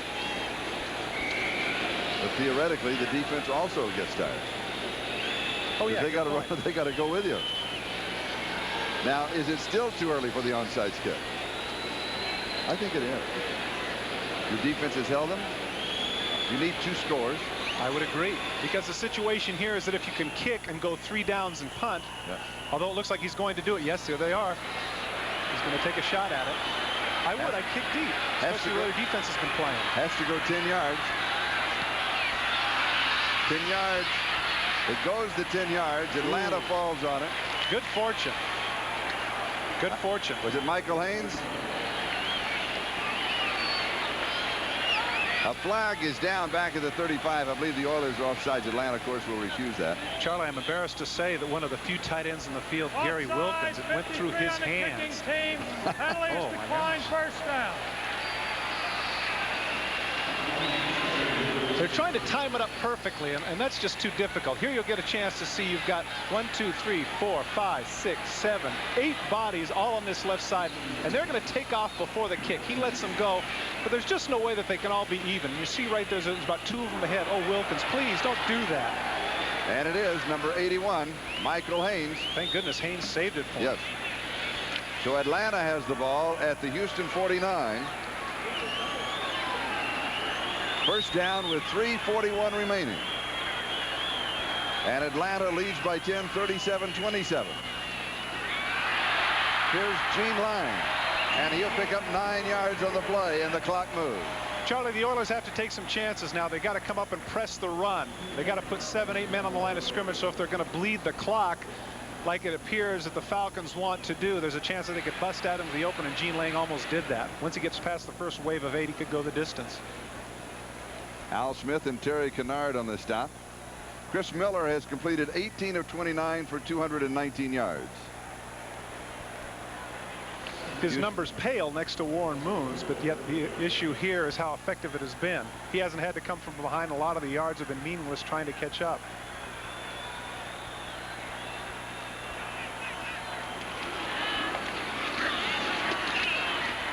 And Lang again. And he's got the first down. Let's check all the scores in the National Football League. They're all finals. Give you a chance to see how your favorites did on this opening day of this 1990 season. We still have 2.5 minutes to go here in Atlanta Fulton County Stadium. And the ball is at the Houston 36-yard line. The game clock is 2 seconds behind the time clock, and as a result the time set on the field, so they are going to have to run a play. They can't let it go down to the 2-minute warning, but they can get it past the 2-minute warning if he's able to wait till about 2 or 1 seconds left on the clock.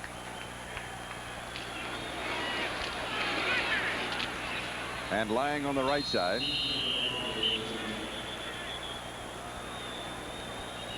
He's back to the line of scrimmage, and that's about all that he got.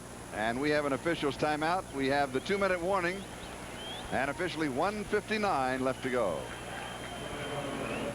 It's more than just a game. 17! And if you play your cards right, 20! You could win it all. 25! 25? I won! With that lineup? Yeah! Play Diet Coke Super Bowl lineup, and you could win up to $25,000. Game pieces and caps only on packages with Super Bowl lineup emblems. Tough luck, Boomer. Collect and win or win instantly. Hey, it's Super Bowl trip! With 100% NutraSweet. The Osborns are grandparents now, and they've never felt better about having State Farm car insurance. I'm their State Farm agent, Jerry Butler. You see, the Osborns like an agent who's there to give them plenty of personal attention. They like our fast, fair claim service, too. It gives them a sense of security, and they like saving with our special discount for drivers 50 and older. The Osborns know that nobody takes better care of the older driver than State Farm does. And like a good neighbor, State Farm is there. According to a national survey, employers are looking for people who can handle heavy responsibilities. People with the ability to overcome obstacles, perform under pressure, and work well with others. Men and women with the pride and self-discipline it takes to reach new heights, which is why some of the most successful people in the white-collar world start off green.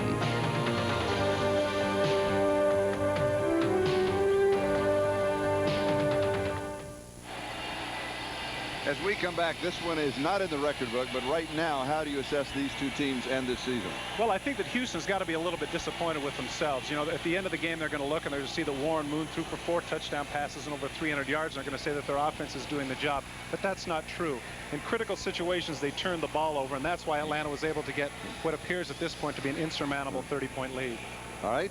As far as the Atlanta Falcons are concerned, how do you assess what they have done? I love their defense and what they're going to do this year. Well, you and I both know that Jerry Glanville is the P.T. Barnum of NFL right. head coaches. Yes. And a lot of times he runs his mouth without backing it up. In this case, it appears that his team does have the people to back it up. This looks like a real good ball club.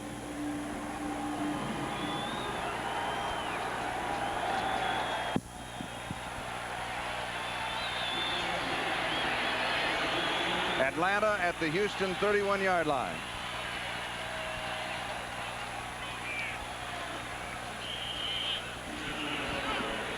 And Gene Lang is the ball carrier. Houston now will stop the clock. A chance for us to point out that the executive producer of NBC Sports is Terry O'Neill. The coordinating producer of NFL football is John Francis.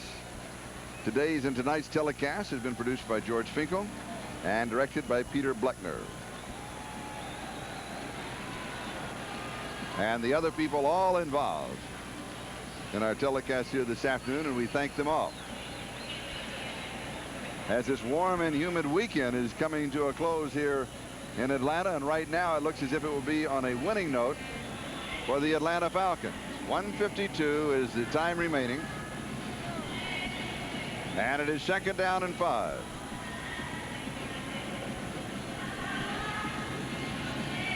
You know, Charlie, obviously this is going to do a lot for the team, but it's going to do a lot for the community as well. You know, when you and I came in, I happened to see some of the bumper stickers they had on the cars there in Atlanta. One of the ones that caught my eye was it said, "Go Braves and take the Falcons with you."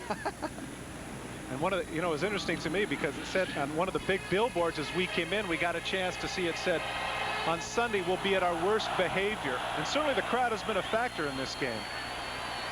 The crowd has been very involved from the beginning.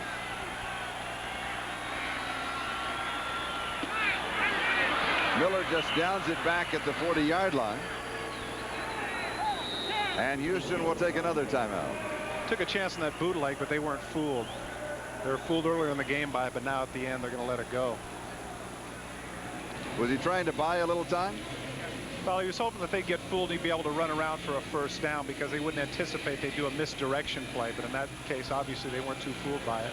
The kids are in school, football's in the air, and the start of the new fall television season is upon us. NBC is premiering some of their new shows this week, and the hottest show, the surefire hit of the season, and the show that all the critics are talking about, premieres tomorrow night. The Fresh Prince of Bel-Air, followed by the series preview of Ferris Bueller. That's tomorrow night only on NBC. Yeah, I understand that you're a really big rap fan. A friend of mine was telling me that down in La Jolla, you're known as DJ Jazzy Jones. Is that true? Who have you been talking to? Hey, that's just what I heard. Where'd you wander to last night after our production meeting? It's one of your golfing buddies. No.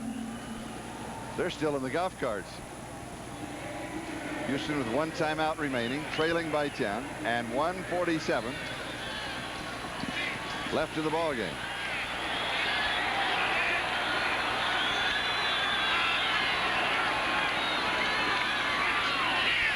And the pass is complete to Floyd Dixon. Steve Brown makes the tackle, and it will be 4th down.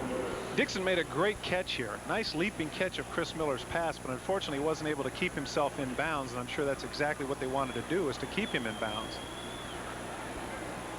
Interestingly enough, now they're going to go for a field goal. You know, as we see the replay, we see the catcher, and he couldn't quite keep his feet in bounds. Now you're going to ask yourself the question, is he running up the score here? He isn't. The reason he's doing this is that he wants to give Greg Davis some confidence. If he's able to hit this 52-yard field goal, it's going to bode well down the line. He's not running up the score here. And he's got it.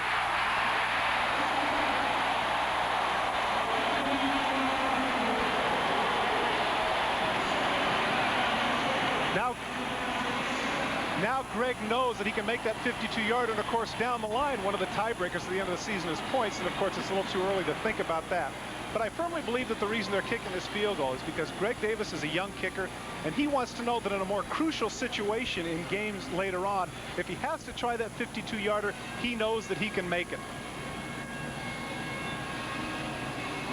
Officially, they're going to call it 51 yards. He is 4 for 4 today. 39, 38, 36, and now 51 yards. Big smile on his face, too. And that's one of those statistics they keep track of, is those field goals beyond 50 yards. And that's something that don't tell me Greg Davis isn't well aware of. And tonight, following the game, NBC News presents the special The Summit in Helsinki with Tom Brokaw, followed by NBC's double feature night Polly and a fight for Polly. Excuse me, Polly and a fight for Jenny. That's all tonight on NBC. 1:35 still left to go here at Atlanta Fulton County Stadium, with the Falcons leading the Oilers by a score of 40-27. Greg Davis has shown us a lot of leg today. Have they returned a kickoff yet? He's kicked them all in the end? Oh, they have. No, they have. He's had, I know, at least 3 touchbacks. He's had a lot of them in the end zone. And he has another one in the end zone. He really has shown a lot of leg. It's a big priority now with coaches. They want somebody that can kick it in the end zone, not give him a chance to run it back. So Houston will start from their own 20.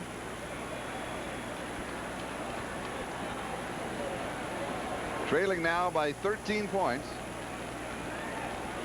A black storm cloud approaching will cover Moon completely. And it wore number 93, and it was named Andre Bruce. Yeah, that's right. 7 in the secondary for the Falcons.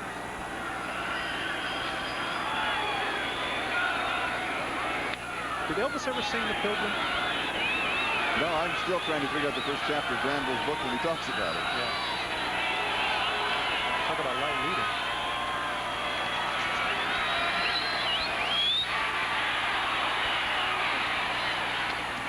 Incomplete. Ball here. Curtis Duncan, the intended receiver. 1:26, time remaining. They say that the films don't lie. When the players go in to get a chance to look at the films, they know whether or not they're making the effort. Take a look at this here. He's still fighting, still fighting. Now he's going to run downfield. The coaches like this sort of effort, and that's the sort of thing in the films are going to say, yeah, way to go, way to hustle. Even with the game no longer in doubt, Bruce shows his hustle. That's the way you build a winning tradition. I agree. And, you know, we talked about it earlier in the broadcast, Charlie, that he had been in Jerry Glanville's doghouse. I would guess he's gone from the doghouse to the penthouse in one game. Warren Moon, 27 of 45, 341 yards, 4 touchdowns, 1 interception, 2 sacks. You'll add to those totals as Drew Hill goes out of bounds. That stops the clock at 1:18.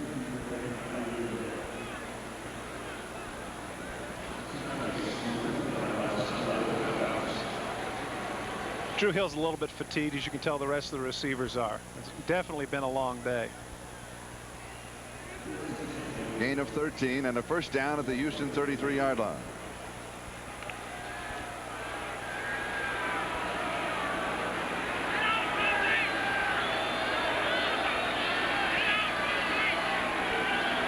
Houston has a timeout left. Atlanta has 2.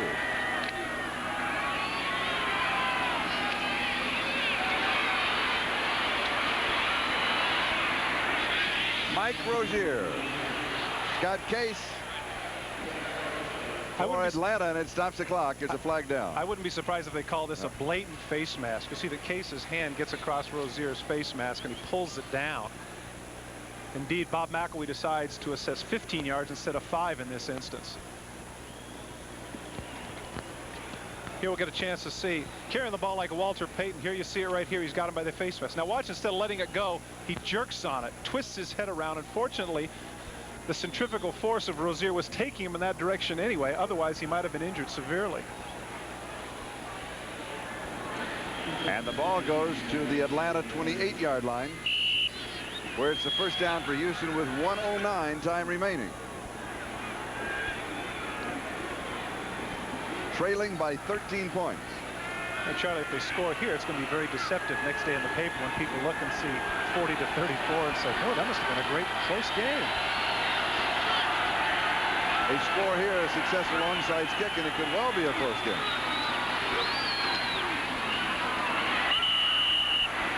Tony Jones,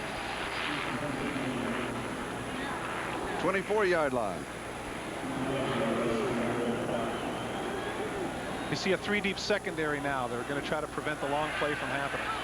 Houston taking a lot of time to get the play off.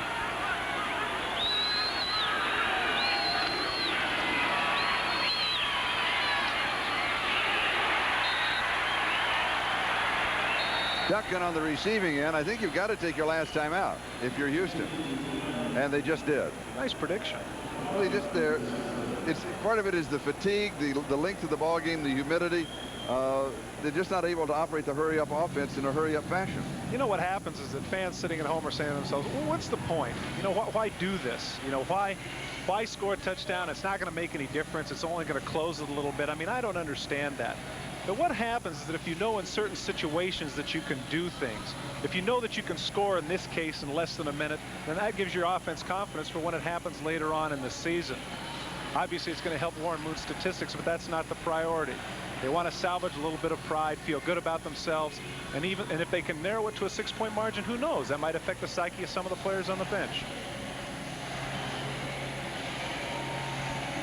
And maybe it won't. Third down at the 21-yard line.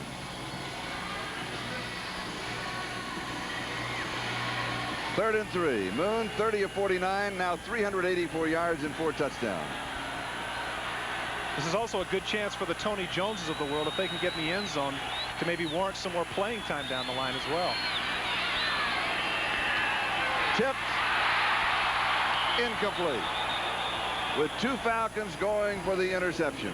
You know, both Scott Case and John Rady wanted that ball so bad they collided with one another. Nothing like getting that pick. That's one of those things that stands out for defensive players. They want that interception. They wanted it so bad they knocked each other off of it. Here you'll see the Dimry goes up and tips the ball. Case sees it. Big hit there. Right there, he's got it, but then Rady thinks he has it too, and they collide. It's probably the hardest hit that Rady's taken all day. Bang. Fourth down and 3. Atlanta 21, 28 seconds left.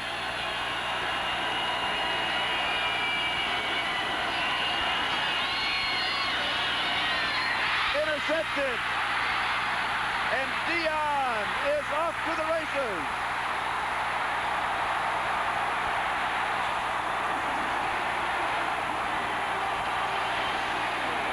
And Dion will draw a flag as the celebration continues.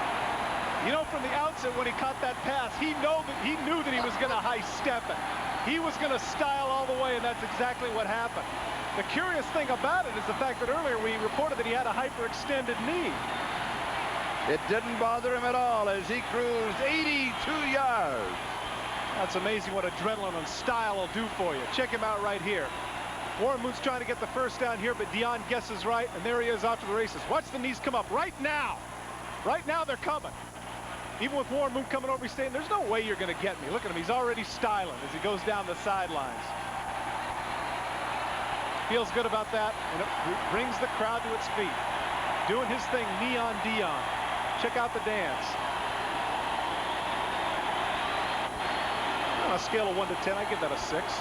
Beats the heck out of the highlight zone. And the extra point is good.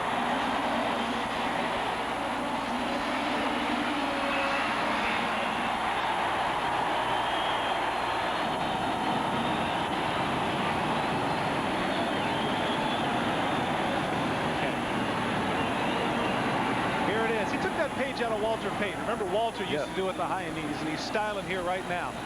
Now, my guess is right at about this point, he's saying to himself, you know, should I do kind of a Michael Murphy thing or a Paula Abdul thing? And instead, check it out. Surface. Funky. Funky. Okay. He's not going to Soul Train either, but he might get into Star Search. And look who he's celebrating with, the defensive stars. Marcus Cotton and Andre Bruce. They missed on the high five, though. That's the only problem with it. Got to work on that choreography.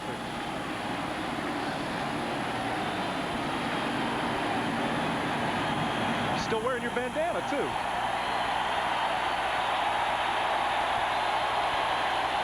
We should mention at this point, too, Charlie, that Deion Sanders was talking about the fact that, you know, for the first time in the Falcons' history, they had an undefeated preseason.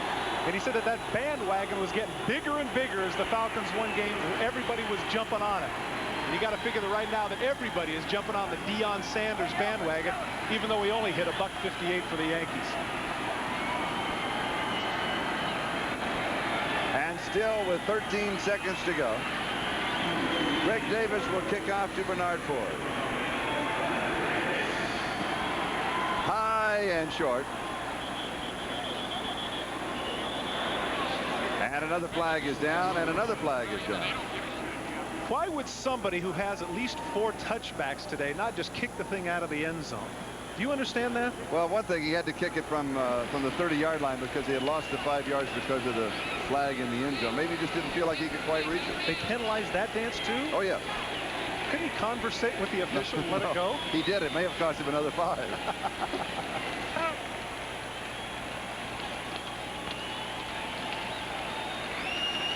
Now, the clock is not moved, and the reason being inside the last 2 minutes of either half, on a kickoff, the clock does not start until it has been touched in the field of play.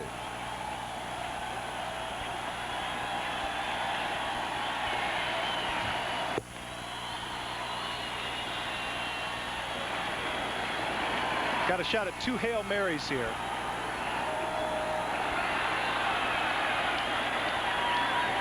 Running back's awful close. Maybe they're going to take a chance at a drop play. Nope. There's Rozier. That should do it. There's the countdown.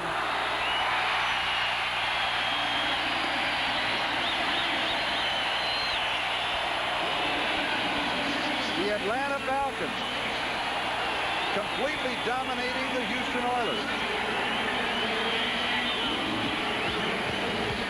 This is Charlie Jones along with Todd Christensen saying so long from Atlanta. Now stay tuned for an NBC News special, Summit in Helsinki, followed by the movies Polly and The Fight for Jenny coming up next on most of these NBC stations. Again, the final score, Atlanta 47 and Houston 27. This has been NBC Sports coverage of the National Football League.